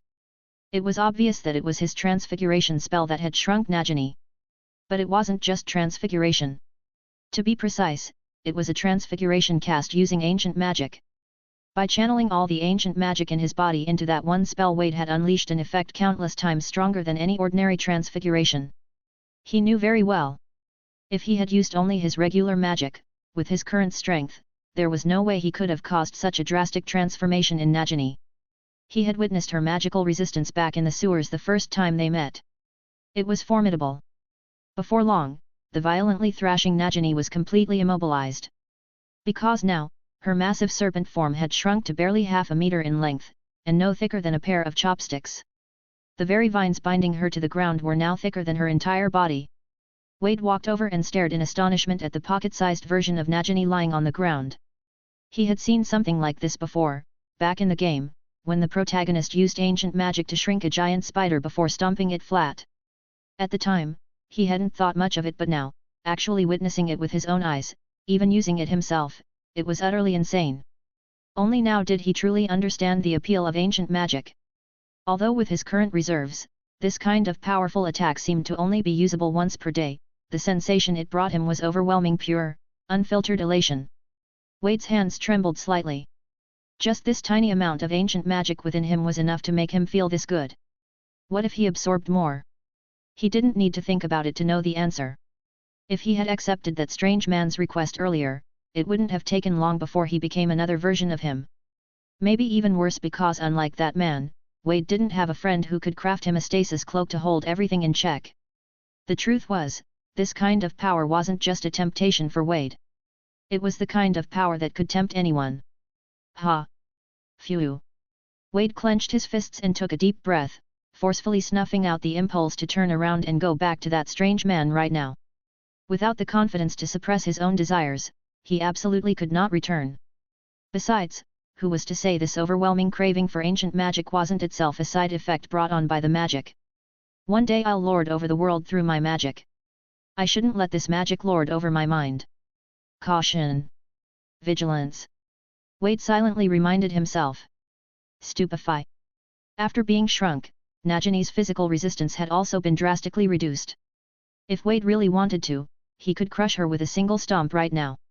So just a simple stunning spell was enough to knock the severely weakened Najini unconscious. Wade then transfigured the surrounding vines into a cage, locking the now unconscious miniature Najini inside. As the caster, he could clearly sense that this transformed state would last for quite a while. He planned to hand her directly over to Dumbledore and the others and let them deal with it. When it came to things like this, the ever-resourceful Dumbledore always had a way. Wade lifted the cage and carefully sensed the magical fluctuations caused by Orurelius. Perhaps due to Orurelius' incredibly strong self-control, the surges of magic from that direction had diminished quite a bit. Wade believed it wouldn't be long before he stabilized again. Without lingering any longer, Wade apparat directly to the entrance of the Hogshead Inn. Holding the cage in one hand, he let the expression on his face shift naturally into one of urgency, then knocked hard on the inn's front door. The Hogshead did operate at night, but usually closed around midnight. Which meant Aberforth had only just fallen asleep not long ago. Hearing the pounding at the door, Aberforth instinctively reached for his wand. He thought it was some drunken idiot banging about again. Which bastard's knocking? Don't you know we're closed for the night? Clang-ling-ling. The door to the inn was flung open with a bang. Then the string of curses Aberforth had been ready to hurl got caught in his throat, leaving him thoroughly choked and frustrated. Wade? What are you doing outside? Shouldn't you be asleep in your room right now? Wade said anxiously, there's no time to explain that quick. Orurelius lost control. He's in the Forbidden Forest. What did you say? Aberforth instantly stopped questioning why Wade was outside. Without another word, he apparate straight to the attic.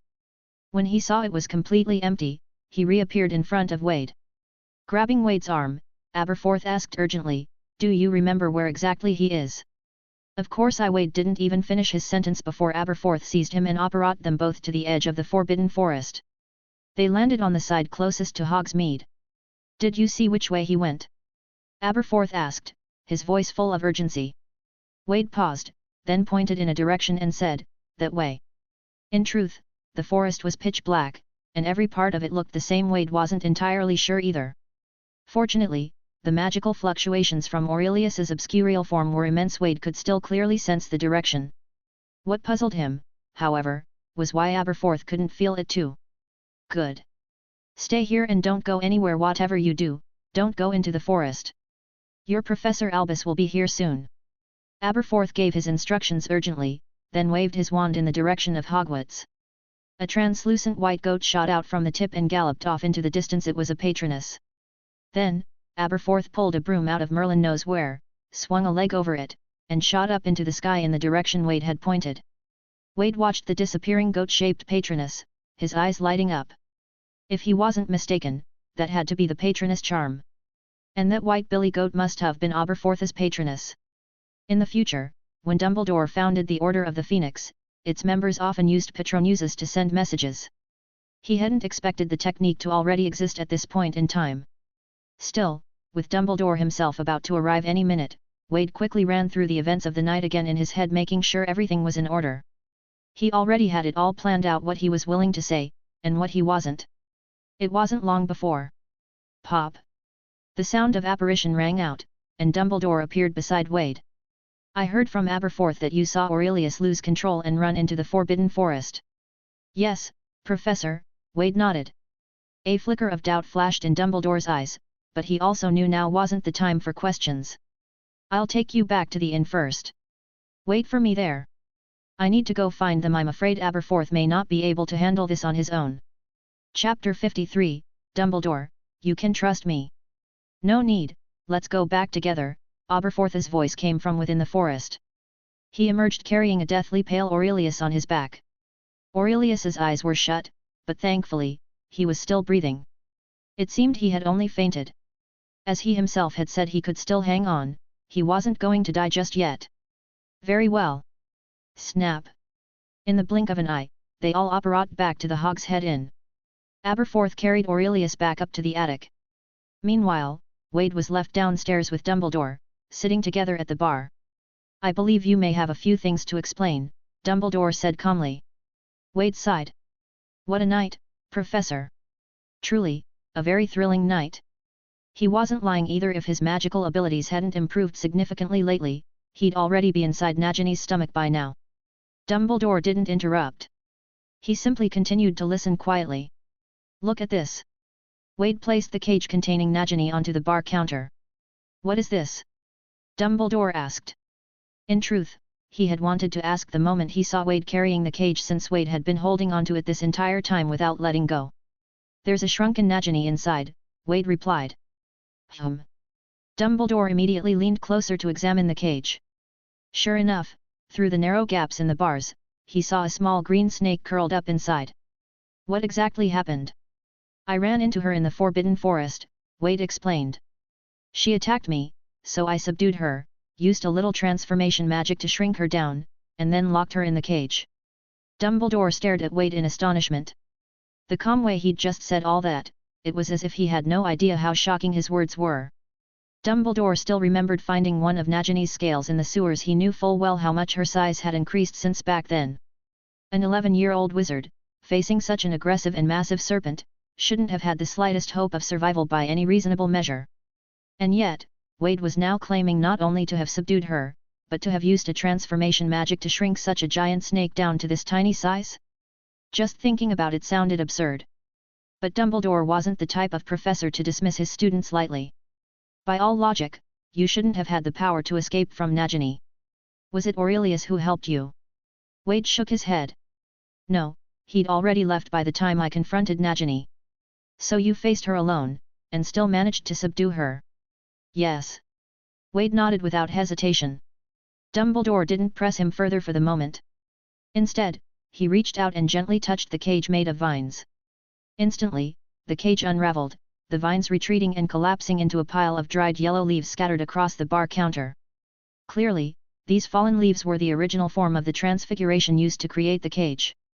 Dumbledore guessed that if Wade was telling the truth, then he must have used the fallen leaves scattered across the forbidden forest floor to transfigure them into sturdy vines, which he then used to restrain Najini. Only after immobilizing her could he have safely performed the spell to shrink her.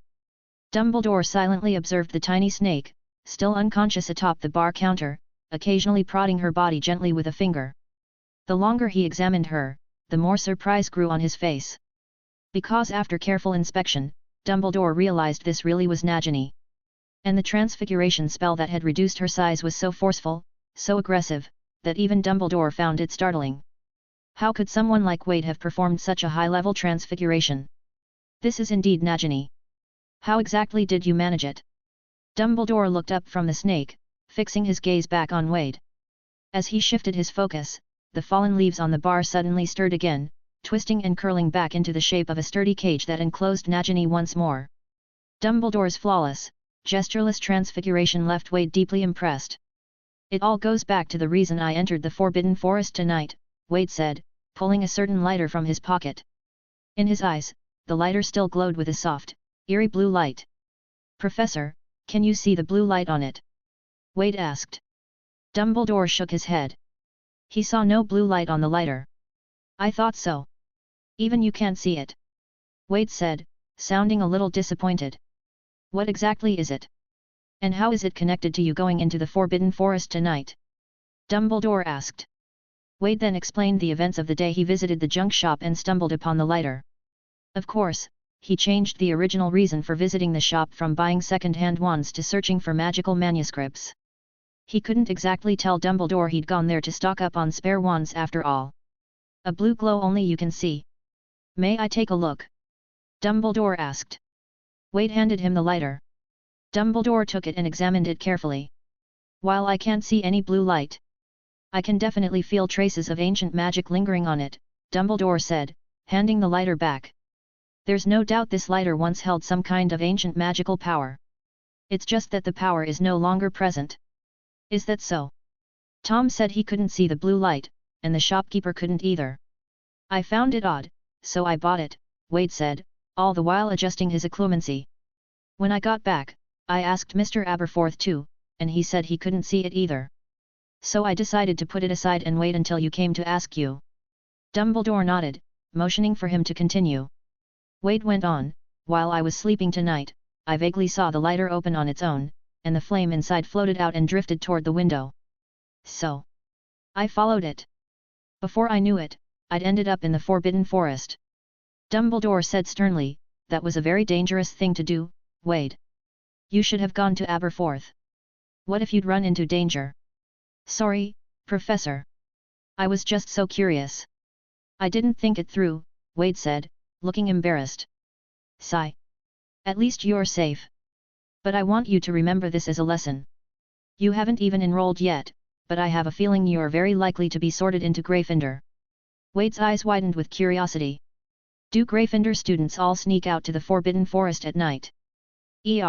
Of course not. I just meant never mind. You'll understand once you're at school, Dumbledore quickly changed the subject. Go on. So then, I kept following the flame, Wade continued, and in a hidden part of the forest, I found a glass vial.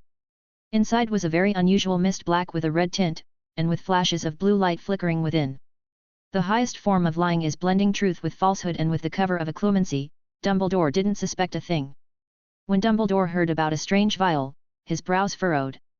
Under most circumstances, something like that would inevitably be linked to dark magic. Do you still have the bottle? He asked quickly. It shattered when I was fighting Nagini. Wade replied, rummaging through his pocket and pouring out some glass shards onto the bar counter. As for the mist that was inside, Wade's expression shifted slightly hesitant, as though he wanted to speak but didn't dare. Wade, Dumbledore said gently, go on. You can trust me, can't you? Yet. Wade looked as if he'd just breathed a sigh of relief, then continued, that mist it seemed to enter my body. And after that, I felt, like I was filled with some strange kind of power. I had this overwhelming urge to release it all somehow. Then. He pointed toward Najini. I shrank her. Dumbledore looked at Wade with a mix of surprise and uncertainty.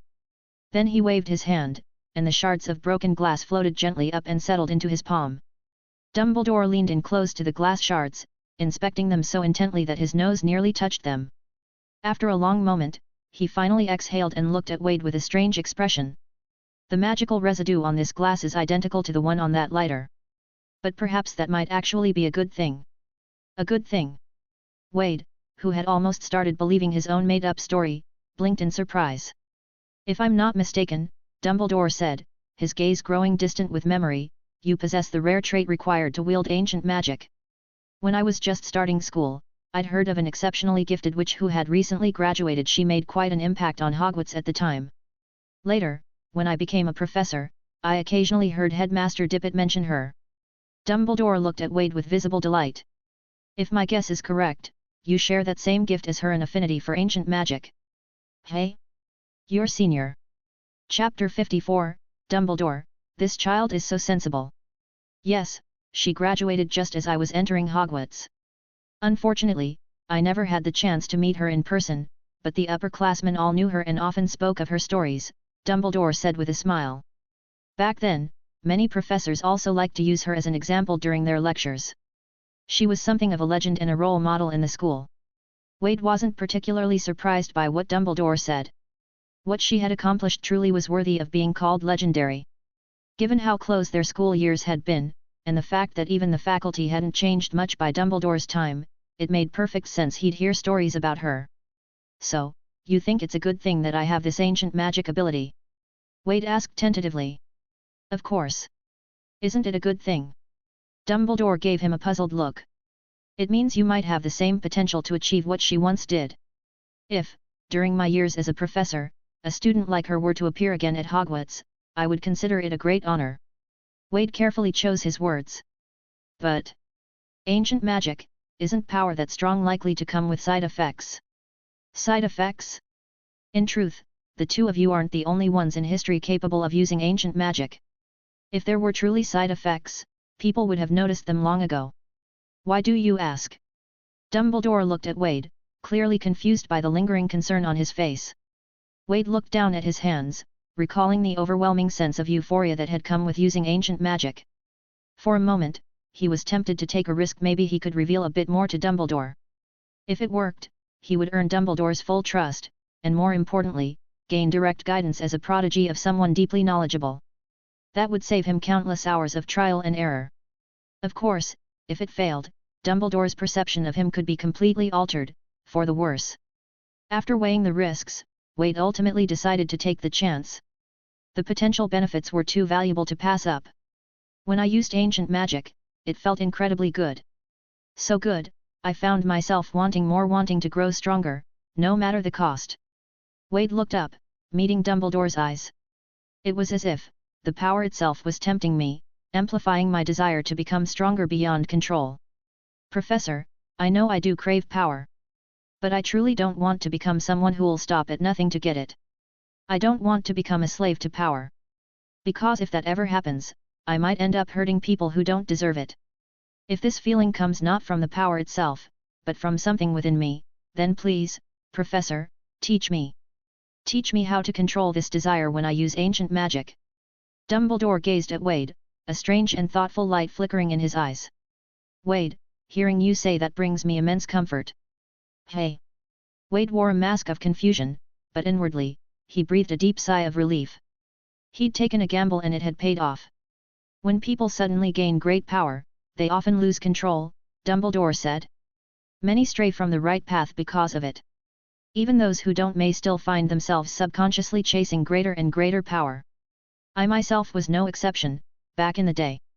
His eyes were filled with admiration. But I've never seen anyone like you, Wade. Instead of focusing on how to amplify your strength, the first thing you did was reflect on yourself, acknowledge your own desires. This time, Dumbledore was truly moved. In fact, when he first realized that Wade possessed the potential to wield ancient magic, he had been thinking of how to caution him about the dangers of chasing too much power. He hadn't expected that Wade would not only be aware of the danger himself, but also openly seek his guidance. How could Dumbledore not be proud of such a student? To be honest, the boy was so thoughtful and sensible that it was almost heartbreaking. Of course, this was also thanks to the good impression Wade had already made on him. If it had been Tom saying such things, well, Dumbledore might not have been so easily convinced.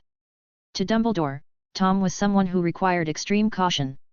No matter what he said, Dumbledore would never trust him easily. In truth, if Wade hadn't taken the initiative to bring up these concerns, Dumbledore might have begun to view him with the same level of suspicion.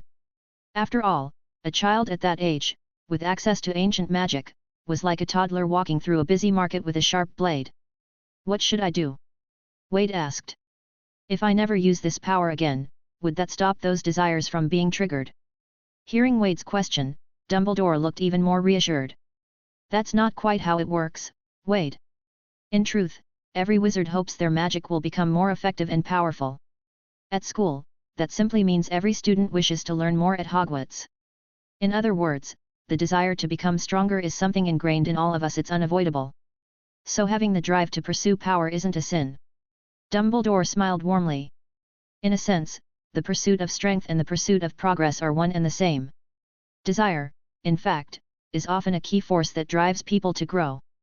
If we say the desire for progress is a crime, then we're doing a disservice to all the effort we put into learning and self-improvement. You asked me how to control that desire, but the truth is, I don't think you need to. Because by asking the question at all, you've already proven that you have control over it. If you truly hadn't, then you wouldn't be sitting here tonight, saying these things to me. So go ahead and use this power, as long as you stay true to yourself. You have nothing to fear. Power has always been a double-edged sword. What matters is who holds it. And I'm truly glad that, right now, the one holding this sword is you, Wade. You're the only one who could make me feel at ease. Wade stared at Dumbledore in surprise this time, not faked. He was genuinely startled. Because Dumbledore's reaction was far more emotional than Wade had anticipated. Without a doubt, his risky gamble had touched a soft spot in Dumbledore's heart. Ugh, why do I feel like I just deceived an elderly grandpa like those Microsoft scammers? Everything he'd said earlier was the truth. If it hadn't been, it wouldn't have been such a gamble in the first place. TCH, and he'd been so sincere when he said those things he'd barely even used occlumency. So why was his conscience faintly aching now? So that means ancient magic won't harm me like dark magic does? I can use it freely, as long as I don't cross any lines. Wade asked again to confirm. For you, yes, Dumbledore replied with a nod. To be fair, Dumbledore was being very precise in his wording. It was because he trusted Wade that he'd added that particular phrase for you. The unspoken meaning being, I trust you to wield the sword. But if it were anyone else I wouldn't. Chapter 55, What is her name? Although Wade had spoken to Dumbledore with the intention of gaining his trust, his words did genuinely reflect his concerns about ancient magic. Everything he said was true. So Dumbledore's response still gave Wade a lot to think about. For example, that ancient magic itself didn't have any side effects. His intense craving for ancient magic was, in fact, just his own desire at work. Looking back, when he refused that senior's request rather than agreeing to it, and later, even after using ancient magic, still managed to suppress the urge to go back and change his mind, these all showed that he had, at the very least, maintained good control over his desire for more of that power. However, even if Dumbledore believed in his self-control, Wade still had doubts about it himself. Hadn't that senior once told her teacher the exact same thing, that she could handle her own desire? And things clearly hadn't turned out well for her. Dumbledore saw the frown on Wade's face and knew that his words hadn't entirely reassured the boy about his own ability to control himself. Wade, always remember you're not facing this battle alone. As your professor, I have a responsibility to help you manage your connection to ancient magic. Wade gave a helpless look. If I just don't use this power at all, wouldn't that solve everything? The fact that you can restrain yourself from using it at all is already proof of your strong self-discipline, Wade, but in my opinion, suppression is less effective than guidance. Constantly forcing yourself not to use ancient magic will be incredibly difficult. Instead, if you allow yourself to use it but keep control over how much and when, that's much easier. Dumbledore sighed again. It's a pity that senior of mine disappeared not long after graduation. Otherwise, she would have been the best person to teach you about ancient magic. Wade fell silent. He had just come back from seeing that very senior. And she hadn't been able to control her craving for ancient magic either. Her end was tragic. Heck, he didn't even see her as a she. Her face and her voice were all fucked up, distorted. Now, she was lying like a popsicle in the corner of that stone chamber. Still, since even Dumbledore had said this much, Wade figured that maybe it wouldn't be such a bad idea to try using ancient magic after all. He had Dumbledore, a master of self-restraint, keeping an eye on him. Wade wanted to rule over the world, but didn't want to end up like that senior. It was worth noting, Dumbledore, in order to avoid becoming someone like Grindelwald, had managed to steer clear of anything related to power for decades. Even after becoming headmaster and later chief warlock of the Wizengamot, he made it a point to keep his involvement minimal whenever possible. For someone who, in his youth, had once dreamed of reforming the world, that kind of restraint was nothing short of extraordinary. So when it came to controlling oneself, Dumbledore truly was a master. Of course, the incident with the cursed resurrection stone ring wasn't really a fault in Dumbledore's self-control. After all, the very source of his self-restraint had been the memory of his lost loved ones, and the resurrection stone offered him a chance to see them again. It had simply hit his greatest weakness. As for whether ancient magic had any harmful side effects, Wade now felt confident in drawing a conclusion. Given Dumbledore's usual stance on dark magic, if even he believed ancient magic posed no danger, then what danger could there possibly be? A Dumbledore seal of approval carried a lot of weight. After carefully thinking things through, Wade chatted with Dumbledore for a while longer. Based on all the pieces of information strung together, Dumbledore was able to more or less piece together what had happened that night. Wade, drawn by the power of ancient magic, had ventured into the Forbidden Forest and come upon a bottle containing that very power. There, he happened to encounter Orurelius, who had just seen Najini. Perhaps Nagini's relapse into confusion had triggered something in Orurelius, causing him to edge toward losing control. While Wade was on his way back to report the situation, he'd been attacked by the now mindless Najini. Then, using ancient magic, Wade had subdued and brought her back to Aberforth. Aberforth, in turn, notified Dumbledore and brought the now stabilized Orurelius back. Of course, Dumbledore had only arrived at this conclusion because Wade had carefully guided the conversation toward it, one step at a time. Even so, Wade knew he'd still need to find a chance to coordinate stories with Orurelius. If he let anything slip, it could be a problem. After all, it was still somewhat plausible for someone Wade's age to possess ancient magic. But being able to use apparition proficiently? That would be much harder to explain. No matter how much of a genius someone might be, there's always a limit. Thankfully, Orurelius was still unconscious for the time being. And after Aberforth heard the rough version of events from Dumbledore, he had no intention of questioning Orurelius further. If he brought up painful memories and disturbed Aurelius's hard-won emotional stability, it would only make things worse. Every transformation into an obscurial inflicted massive damage on Orurelius. The only reason he'd lasted this long was thanks to his incredible self-control. He had hardly transformed at all in recent years.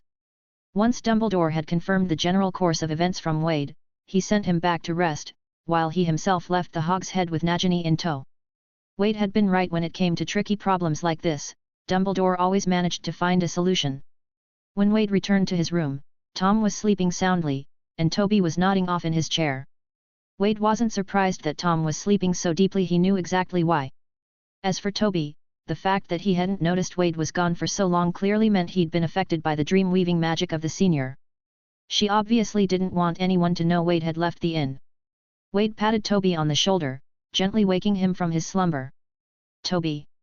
Toby actually fell asleep. The terrified house elf looked stricken. He had violated his master's orders. No, I used a spell to make you fall asleep. There were some things I needed to keep secret from everyone, including you. It's fine now, go get some rest. For breakfast, just make me some porridge. And remember, keep this matter to yourself. I see. So it wasn't Toby's fault. That's good, that's good. Toby understands. Toby will definitely complete the master's task. Still shaken, Toby hurried off. With house elves, Wade found that being direct worked best. Once Toby left, Wade quickly cast the dream-weaving spell and fell asleep. As he entered his dream, he became lucid almost instantly and began shaping the dreamscape. Before long, his dream had transformed into a garden almost identical to the one from the senior's dream. After that, Wade began calling out within the dream. Creeper. Dreamweaver. Senior. The dreamscape remained silent, his voice echoing softly through the garden. The lack of any response left Wade a bit puzzled. He wasn't sure if the other party could even hear his call. I'm here. Wade turned around and saw the figure shrouded in black mist, the senior already seated inside the pavilion, though he hadn't noticed her arrival. Didn't expect you to come looking for a chat so soon. And, how did you know I liked gardens? Wade wasn't sure if it was just his imagination, but her voice sounded noticeably more female-like and cheerful than before. Well, your dreamscape was a garden, so I just thought I'd embellish mine a little. You called me senior just now. I heard a bit about you from one of the professors, Wade replied. Because I asked him some things about ancient magic. The senior was silent for a moment. But, it seems like you didn't tell him about me. I didn't. Thank you. The way I am now, is far too disgraceful. I don't have the face to see anyone else again, especially not a professor from Hogwarts. You can keep calling me senior from now on. After all, it sounds much nicer than creeper and feels a lot more personable than dreamweaver. Since we're chatting, it's better to use something friendlier. Actually, you could just tell me your name, Wade said. Can you tell me what your name is? Chapter 56, Who Stole My Name? You, what did you just ask me? The senior's voice suddenly changed, and Wade could even hear a slight tremble in it. Although he found it strange, Wade still repeated his question. What I asked just now was, Senior, can you tell me your name? My name. Right, I should have a name. But, where is my name? Forgotten? No. I didn't forget. I think I never had a name. But, how is that possible? Why didn't I ever realize before, that I should have a name? How could this be? How can this happen? Who stole my name? Her voice grew increasingly agitated, her volume rising with every word. The black mist around her also began to tremble violently. The fuck? Wade frowned, standing in front of her, and felt his dreamscape beginning to collapse. The cause of the collapse was the senior herself, who seemed to be on the verge of a breakdown after realizing she didn't remember her name. Her mastery of nightmare magic was vastly superior to Wade's beginner-level skills, so even the slightest emotional ripple on her part caused massive strain on his constructed dream. Wade couldn't understand why would simply asking her name cause such an intense reaction. Was it because of the ancient magic that you forgot your own name? Wade couldn't help but ask. No, it's not that. This isn't about memory. The senior raised her head, and her eyes, hidden within the black mist, were blood red. Before you asked me that question, I didn't even realize I was supposed to have a name. Even when you asked me earlier how to call me in a dream, my first instinct was to make up a title to tell you not to give you my real name. It's like, deep down, I believed I never had a name at all. But who could have done this? And for what purpose? Whoosh! The black mist-shrouded senior suddenly appeared right in front of Wade, grabbing his arms tightly, her voice urgent. That professor you mentioned when he told you my story, did he ever say my name? Wade thought back to his conversation with Dumbledore, and suddenly realized something shocking. Dumbledore had only ever referred to her as that senior, not once had he mentioned her actual name. And during the entire conversation, Wade hadn't thought to press him, either. No, he didn't mention your name, Wade answered. He didn't, then did you ask? I didn't ask either. He didn't say it, and you never even thought to ask. Does that seem reasonable to you? The senior let go of Wade's arms and staggered back several steps, her tone hollow. At that moment, Wade realized the issue too. Logically speaking, when someone is recounting the achievements of an important figure, wouldn't the first thing they mention be her name? Even if Dumbledore had forgotten to say it, how could Wade have never thought to ask? In other words, throughout that entire conversation, neither Dumbledore nor Wade had found it odd in the slightest that the senior's name never came up. It hadn't seemed strange before, but now that she mentioned it, Wade suddenly realized how completely unnatural it was. Wade, can I ask you for a favor? The senior asked, her voice trembling. If it's something I can do, of course, Wade replied. He could hear the fear in her voice, something deep, chilling, and hard to explain. Can you ask that professor, ask him if he remembers what my name is? When Wade opened his eyes again, it was already past 10 in the morning. The dream from last night remained vivid in Wade's mind. Originally, he'd only intended to speak with the senior about ancient magic. But unexpectedly, a simple question about her name had unearthed an entirely new mystery. If the senior had simply forgotten her name, that wouldn't have been too strange after all, she'd been trapped for so many years. However, according to her, it wasn't just that she forgot. She felt that her name no longer existed. That was a far more troubling notion. There's a big difference between something forgotten and something erased. For instance, you might forget a person, but your memory doesn't erase that person from the world. They continue to exist, regardless of whether you remember them. But if something doesn't exist, that means not only is it absent from your memory, but it's also vanished from reality itself. Right now, the quickest way to uncover the truth would be to go and ask Dumbledore. Logically, Dumbledore had enrolled in Hogwarts right after the senior graduated. And he had grown up hearing about her legendary achievements. He ought to know her name. And if not, then at the very least, there should still be records in Hogwarts about her. Her name should appear in them. If Dumbledore couldn't remember her name, and there wasn't even a single record of her in the school, Wade suddenly felt a creeping chill run down his spine. Young Master Wade, you're awake, please wash up first. Toby will bring you your breakfast right away. Toby, who always kept a close eye on Wade's condition, appeared in the room holding toiletries. Toby, where's Professor Dumbledore? Professor Dumbledore left last night. He seemed to be going on a trip. Toby placed the toiletries on Wade's bedside table. Wade paused in thought. He knew Dumbledore had left to deal with Najini. With Dumbledore's nature, even if Najini had lost all reason and become nothing more than a feral beast, he wouldn't have killed her. Which meant he likely wouldn't return anytime soon. Wade picked up a piece of parchment from his bedside table, grabbed his quill, and began writing a letter. Toby, help me send this letter to Professor Dumbledore. Toby took the letter. Toby will go to the owl post right away. Watching Toby's retreating figure, Wade felt a bit helpless. Even though he was dying to know the answer, he couldn't afford to act too eager, especially since he hadn't told Dumbledore about his encounter with the senior. He could only rely on Owl Post, subtly mentioning in the letter that he wanted to look into her history and casually asking for her name. After last night's conversation with Dumbledore, it made perfect sense for him to show interest in her. Dumbledore probably wouldn't suspect anything. At that moment, Tom finally woke up on the bed across from him. Groggily rubbing his head, he sat up with difficulty, his eyes bloodshot. Ugh, my head. What? It's already past 10. Ow. Why does it feel like I was hit with a stunning spell? Wade silently turned his head away, grabbed the towel and wash basin on the table, and pretended not to see Tom at all.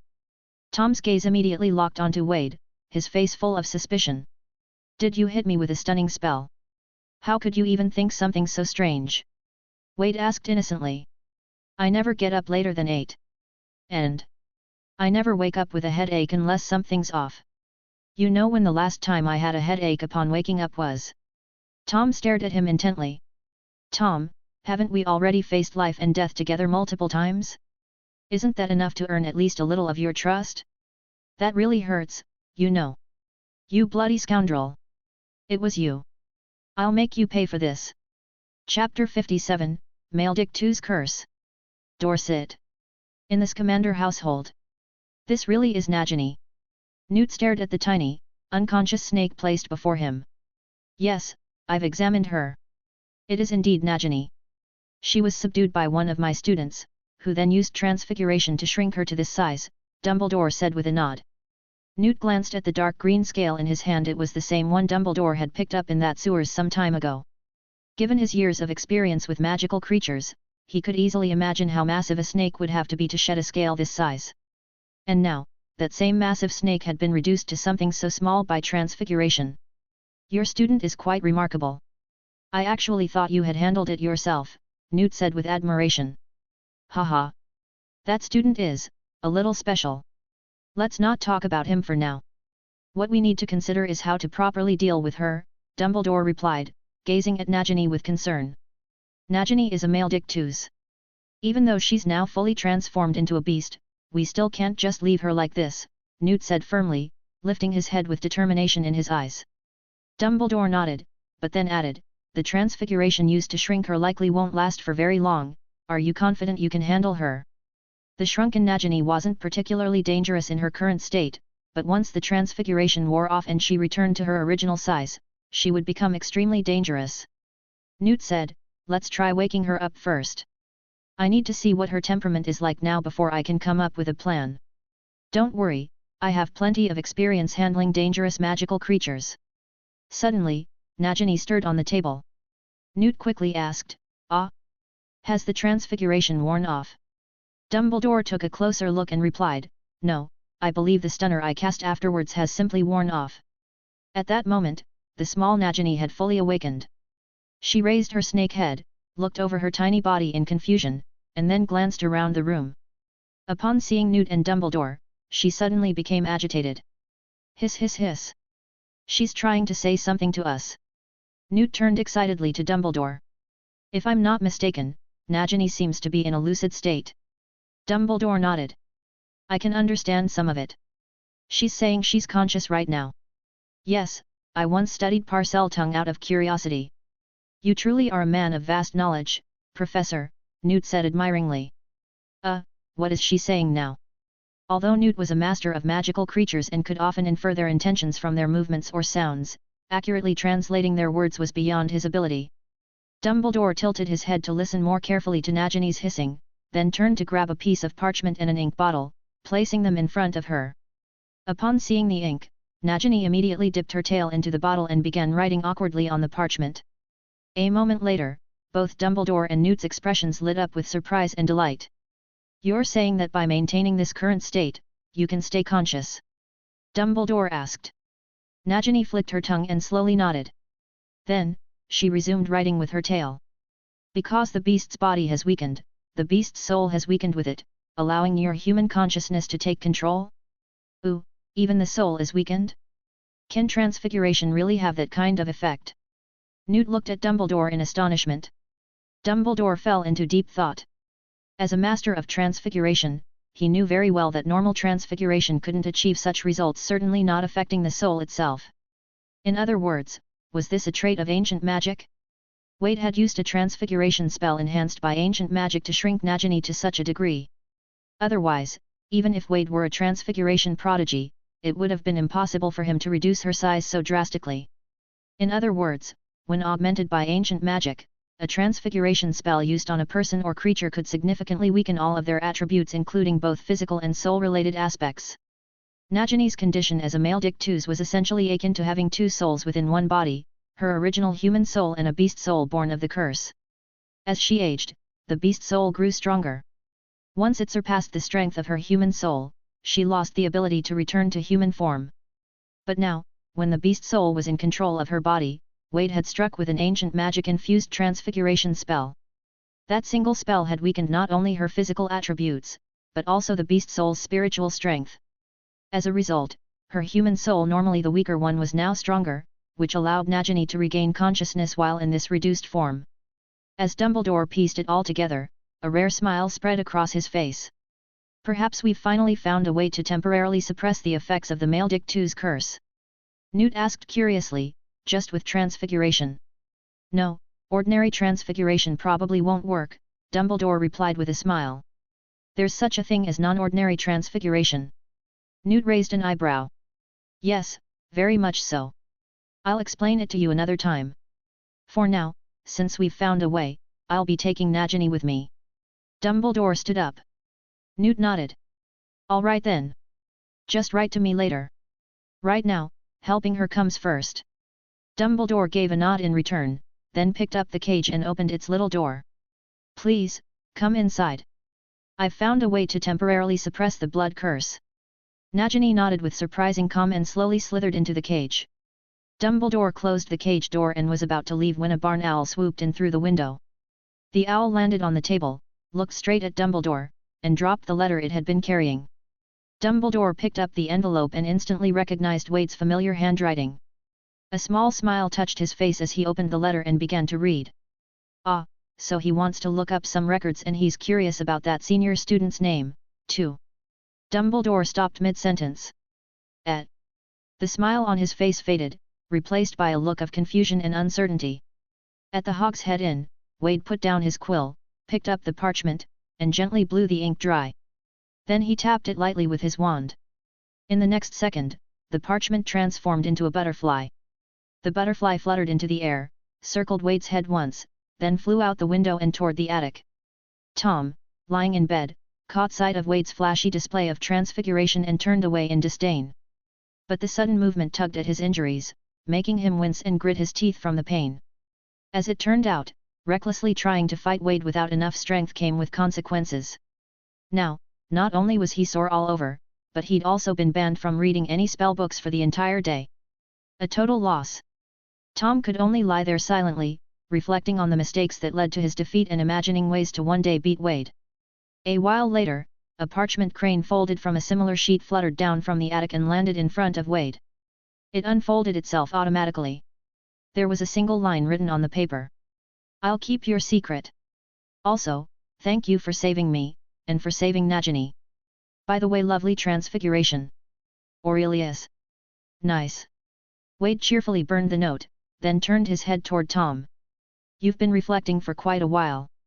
Realized your mistake yet?" "Yes," Tom replied grudgingly. "And what was your mistake?" "You're a bloody bully. Servants shouldn't talk back to their master." Just as Wade continued to tease Tom, a long-lost voice suddenly echoed in his mind. Ding! Congratulations to the host for successfully preventing Nagini's descent into darkness, allowing those who would have perished by her hand in the future to escape their fate. Ding!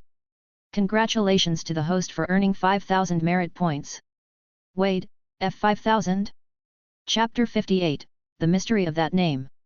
5,000 merit points for stopping Najini from falling to darkness? How exactly did I do that? Wade was a bit confused. As far as he remembered, all he did was cast a transfiguration spell to shrink Najini. Everything after that was handled by Dumbledore. Could it be that Dumbledore offed her? But that didn't seem likely.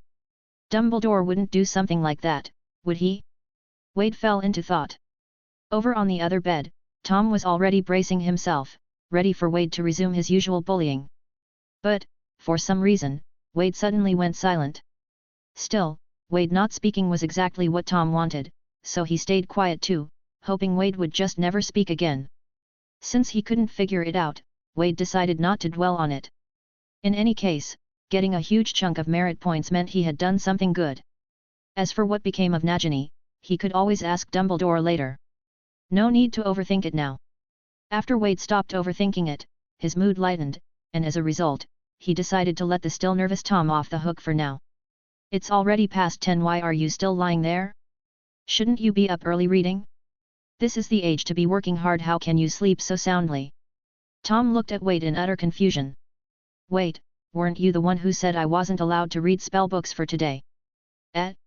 If you're too lazy to study, you should reflect on yourself. How can you blame me? I said no spellbooks, but couldn't you have read something else? Like transfiguration, potions, herbology? Sigh, kids these days. Wade lectured while shaking his head and strolling out of the room. Tom stared dumbfounded at Wade's retreating back. That bastard! You're the one who banned me from reading. And if not for your stunner, how would I have slept until after 10? How did this suddenly turn into me being lazy? You shameless dog! Humph! Still, Tom only opened his mouth a little, then ultimately said nothing. Forget it. At least with that dog Wade saying this, it meant he was allowed to study again now. I may have lost to you now, but one day, I'll make you feel this pain too. Wade had just stepped out with his toiletries when he ran into Dumbledore, who was carrying a familiar cage. Professor! Wade glanced at the cage in surprise. Wasn't that Najini? Why had Dumbledore brought her back? I came to see you. There are 2 matters I need to speak with you about. Dumbledore's expression was unusually serious. In fact, Wade had never seen such a solemn look on Dumbledore's face before. Professor, what's going on? Wade asked in confusion. Dumbledore looked around, then pulled Wade into an empty guest room nearby. He drew his wand and carefully cast several spells, sealing the room off from all outside sound. The first matter must be kept strictly confidential.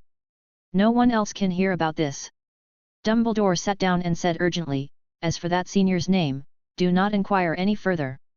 And don't seek out her records either. I will personally guide you in learning ancient magic, but unless absolutely necessary, you must hide the fact that you can use it. Do you understand? This, what happened exactly? Wade asked aloud, though in his heart, he already had a few guesses. This must be related to the letter he sent Dumbledore that morning. He just hadn't expected Dumbledore to return so quickly. Judging by the timing, Dumbledore must have apparat straight back after receiving the letter. It's hard for me to explain. Dumbledore said with a frown. He truly didn't know how to put it into words. Someone's name disappearing from the world, so completely that even he hadn't noticed, it was utterly inconceivable. Is it because you can't remember her name anymore? Wade asked cautiously. How did you know that? Dumbledore asked in surprise. He was supposed to know the senior's name, that's why he could realize something was wrong when it vanished from his mind. But Wade had never known her name in the first place, so how did he know that Dumbledore couldn't remember it either? Because last night, I couldn't remember to ask you her name at all. And when you were talking about her life, you never mentioned her name either. It was only after I woke up this morning that I started feeling something was off. So I wrote you that letter, Wade explained. Hearing Wade's explanation, Dumbledore, who already trusted him, felt his doubts vanish. You're very observant, Wade. That's exactly it.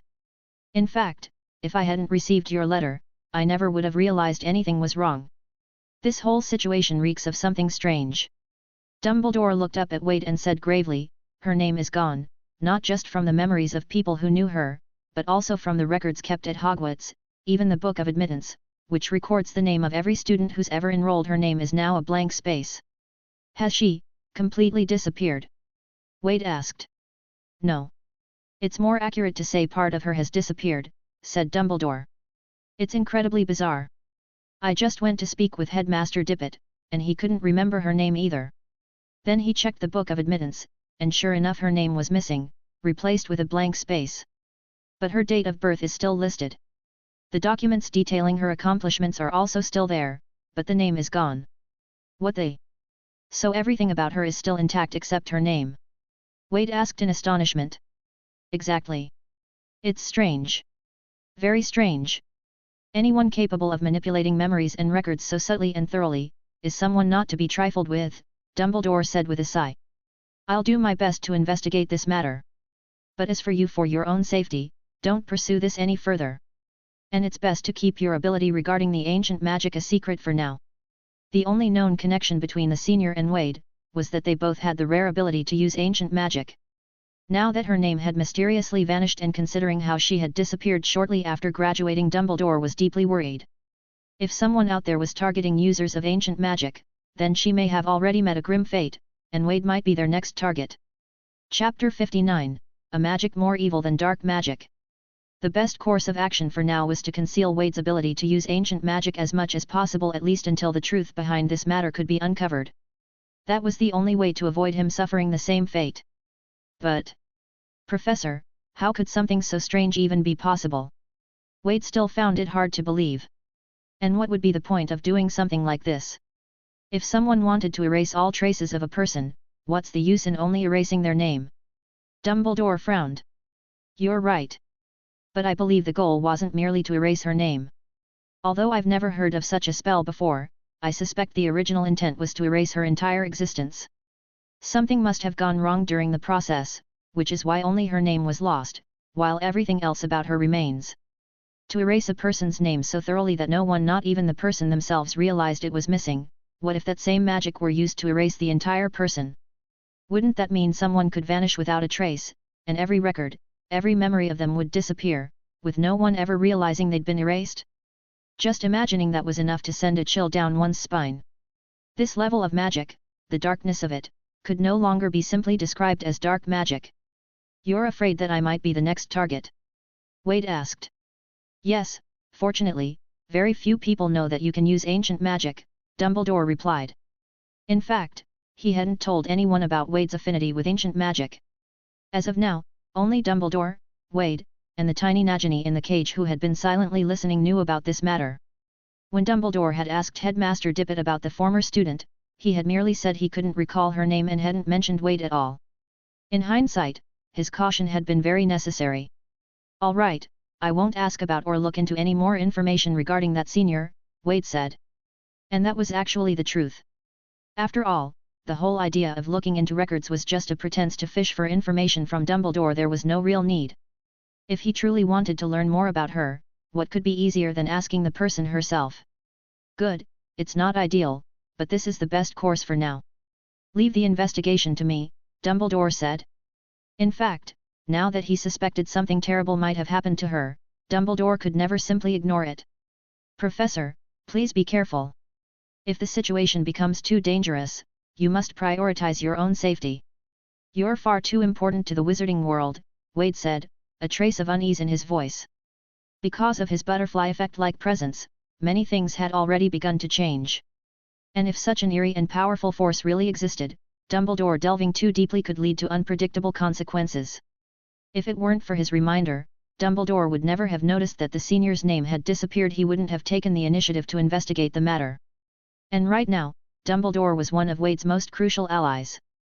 Nothing could be allowed to happen to him this early. "Ahaha, you don't have to worry, I won't investigate them openly. I'll start by quietly studying that kind of magic. As long as I figure out what sort of magic can erase a person's name, everything else will follow." Wade nodded. If it was just about researching magic, it certainly wouldn't raise any suspicion. Of course, that was only true as long as no one else found out he could use ancient magic. If word got out about that, and Dumbledore began researching such magic, it could draw the wrong kind of attention, alerting whoever was behind all this. So in the end, the key to everything rested on him. Wade decided he needed to visit the senior again tonight. The one who had erased her name, maybe she had some clue about them. At the very least, she should have some idea of what she'd done to provoke such a thing. "All right, now let's talk about the second matter," Dumbledore said, pulling forward the cage containing Nagini. "Compared to the first, this one's actually good news." Dumbledore opened the cage as he spoke. The miniature version of Nagini slowly slithered out. Wade noticed that her eyes were now clear, completely different from the blood-red, savage state she'd been in that night. "She's conscious. In fact, it's precisely your ancient magic that has allowed her to remain that way," Dumbledore said with a smile. "That's also why she's the only one I didn't keep your ability a secret from. My ancient magic helped her." Wade looked a bit confused. "Yes." Dumbledore nodded and recounted the conversation he'd had with Najini at Newt's home, as well as his own conclusions. After hearing everything, Wade suddenly understood. No wonder the system had rewarded him merit points and said he had prevented Nagini's descent into darkness. So as long as I continuously reinforce the transfiguration spell using ancient magic, she can remain conscious. Exactly. You don't need to cast the spell again, just keep extending its duration. But of course, you'll have to use your ancient magic to do so, Dumbledore added. Wade quietly focused inward, sensing the flow of ancient magic within his body. After a night of rest, Wade's ancient magic hadn't fully recovered yet, but it was mostly back. "What do I need to do?" Wade asked. "It's not difficult, just like regular transfiguration. But you'll need to use your ancient magic to cast it. Here, follow me," Dumbledore said. He then demonstrated how to properly extend the duration of a transfiguration spell to its maximum. Wade already had a deep understanding of transfiguration, and with Dumbledore, an undisputed master of the art, guiding him, he quickly succeeded in using his ancient magic to extend the transfiguration cast on Najini. Unlike the first time, when it had consumed all of his ancient magic, simply extending the spell didn't use up much energy. After Wade successfully performed the spell, Dumbledore checked Nagini's condition once more. "It appears that every time you cast with ancient magic, it weakens the transformed subject's soul to some degree. And this weakening seems to be cumulative," Dumbledore said. "Since this transfiguration is affecting Nagini's beast soul, each extension further suppresses it without harming her human soul. If this continues, we might truly be able to destroy the beast soul and lift the blood curse." "You're planning to leave Nagini in my care, aren't you?" Wade asked. From everything he'd just heard, Wade had more or less figured out Dumbledore's intentions. Dumbledore said, "Yes. Only then can you extend the transfiguration on her at any time. And I also think this is a great opportunity to practice ancient magic. The more you practice, the better you'll be able to truly master it," Wade's face showed a trace of concern. But maintaining ancient magic for a long time would also weaken her body. If I keep extending it like this, her body will become too frail. After all, her human soul and beast soul share the same body. Dumbledore nodded and handed him a bottle. That's easily solved. This is a nutritional potion, crafted by Professor Slughorn himself, a true potions master. We have ways to deal with physical weakness. When it runs out, just ask me for more. All right, Wade said as he took the potion. But, if I'm constantly using ancient magic on Najini, what if someone notices and realizes there's my ancient magic on her? They won't, Dumbledore replied confidently. I've already used certain enchantments to conceal your ancient magic. No one else will notice. Even if someone inspects her closely, they'll only sense my magical signature. They'll assume it's my transfiguration. Damn. As expected. Whenever Dumbledore made a decision, he always had everything thoroughly prepared, with every angle considered. So, how long can one of my extensions last? Wade asked. About 3 days. So be careful not to forget.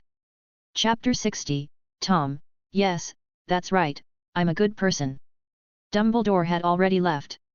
In the now empty room, only Wade and Najini were left staring at each other. After a while, Wade finally broke the slightly awkward silence. Have you had breakfast? Do you want some porridge? Najini, hiss. All right, I suppose snakes don't really drink porridge. Then what do you want to eat? Wade asked again. Najini, hiss hiss hiss. Wade. Okay, looks like we need a translator. How luckily, I know just the person. Wade extended his left hand toward Najini. Najini understood and slithered up, coiling tightly around Wade's left arm. Bang! What the? Tom, who was eating bread while reading a book, was startled by the loud sound of the door slamming open. You! I really thought we were under attack again. What are you up to now? No, don't tell me. You were the one who said I could read. Tom barked, putting on a fierce front but clearly nervous underneath. He was terrified Wade would suddenly change his mind and forbid him from studying again. For a hard-working, knowledge-hungry student like Tom, that would be nothing short of torture. Relax, relax. I'm just here to ask for a little favor. And I'm sure you'll be more than happy to help, right? I know you're a kind-hearted, good person, Tom. Always have been. Me? Kind-hearted? A good person? Looking at Wade's friendly smile, Tom's mouth twitched slightly, but he managed to force a smile. Yes, I'm kind-hearted. A good person. So. I mean, of course I'd be happy to help. Endure it. So, Wade, what do you need me to do? Seeing Tom's forced smile, Wade was very pleased. Here, help me translate. Wade extended his left wrist. Tom immediately spotted the little snake wrapped around Wade's wrist. Hiss, this snake, why does it look so familiar? To Wade, perhaps all snakes looked more or less the same, but not to Tom. Because she is Najini, Wade said with a smile. What? Tom was so shocked he nearly fell off the bed. Back then, Najini had left an extremely deep impression on him. After all, he had almost died during that encounter. For someone like Tom, who valued his life above all else, that had been an utterly terrifying experience. This is really Najini? Wait, why is she so small now? And she just greeted me. Wade chuckled. Because she's able to stay lucid now. You've heard her story before, haven't you? Tom slowly sat back down. What's going on here? Sure, she might be clear-headed now, but what if she loses control again? Don't forget, we nearly died last time. No way, I have to report this to Dumbledore. Wade could tell from Tom's expression that he thought he'd caught him red-handed and was already scheming how to use it as leverage. But how could Wade possibly let Tom succeed? Sorry, but Najini was placed here by Professor Dumbledore himself. So yes, he already knows, Wade said calmly. What? Tom jumped up again. How could that old man do this? Putting a vicious beast right next to two frail, helpless students? Doesn't he understand how dangerous this is? When it came to matters of life and death, Tom's reaction was intense. Frail and helpless. Yes. I am frail and helpless. Tom nearly wept as he said it. Ever since Wade showed up, he'd felt nothing but weak and powerless in comparison. Relax, Tom. The reason Professor Dumbledore entrusted Nagini to me is because I've mastered a way to keep her lucid. Besides, she's completely conscious right now, so she can understand everything you're saying, she just can't speak like a human yet. Ah. Tom glanced at the little snake, who now looked slightly dejected. An awkward look flickered across his face. Nagini was human to begin with, so of course, in her lucid state, she could understand human speech. Clearly, even though Tom's earlier words were somewhat understandable, they still made Nagini feel a bit down. Hiss hiss. I didn't mean it like that, I just... Young Tom's face flushed red, clearly flustered. Wade had no idea what Nagini had just said to him. All right, Tom, we're all good people here, aren't we? Wade chimed in. So naturally, we should actively respond to Professor Dumbledore's call, be good people, good wizards. Helping Nagini is our noble duty. Tom gave Wade a strange look. He didn't believe a single punctuation mark of what he just said. If there wasn't some benefit in it for him, there was no way this guy would be so eager. What's the most frustrating thing in the world? Obviously, it's doing all the work while someone else gets all the credit. And right now, that's exactly how Tom felt. Wade clearly had no intention of sharing any of the benefits with him, yet here he was, forced to help translate for him. I have to become powerful. Am I feeling stifled? Endure it. After giving himself a little mental pep talk, Tom barely managed to control his expression. So, what would you like to ask Miss Nagini? He asked stiffly. Wade replied, you just need to translate for Nagini, that's all. She can understand everything we're saying anyway. Hiss hiss hiss. Oh. Tom nodded. She says that now that she's regained her clarity, she doesn't want to eat anything raw. It reminds her of those days when she had no control over herself and had to live like a beast. Wade scratched his head. If that's the case, how about some eggs? I remember snakes quite like eggs. And since she doesn't want anything raw, how about some boiled eggs? Nagini nodded happily, clearly in agreement. Fortunately, now that she'd been shrunk, her physical attributes were also reduced. Her appetite was much smaller as a result. Plus, with the help of nutritional potions, she only needed 2 boiled eggs per meal to feel full. She was actually much easier to take care of than Wade had expected. By the time Nagini had swallowed her 2 eggs, Wade had also finished his bowl of porridge. Tom, why don't you teach me Parseltongue? Wade asked with a smile. That way, I won't have to trouble you to translate for me anymore. No way. It's an innate ability. You can't teach it, Tom refused decisively. Wade wanting to learn something that only he could do? Not a chance. Speaking Parseltongue and being able to control snakes was the only talent he had that Wade didn't. You really can't teach it. Really can't. Tom had made up his mind no matter how much Wade tried to threaten or pressure him, he wouldn't give in. All right, forget it, then. Hearing that, Tom nearly thought he'd misheard. This guy was actually letting it go that easily. Nagini can write with her tail, so I'll just have her teach me snake language instead, Wade said with a smile. Hiss. Hiss. Nagini nodded in agreement. Tom stared at Wade in disbelief. Was he really about to lose the only edge he had over this guy? A wave of indescribable powerlessness washed over Tom all at once. Thanks for listening.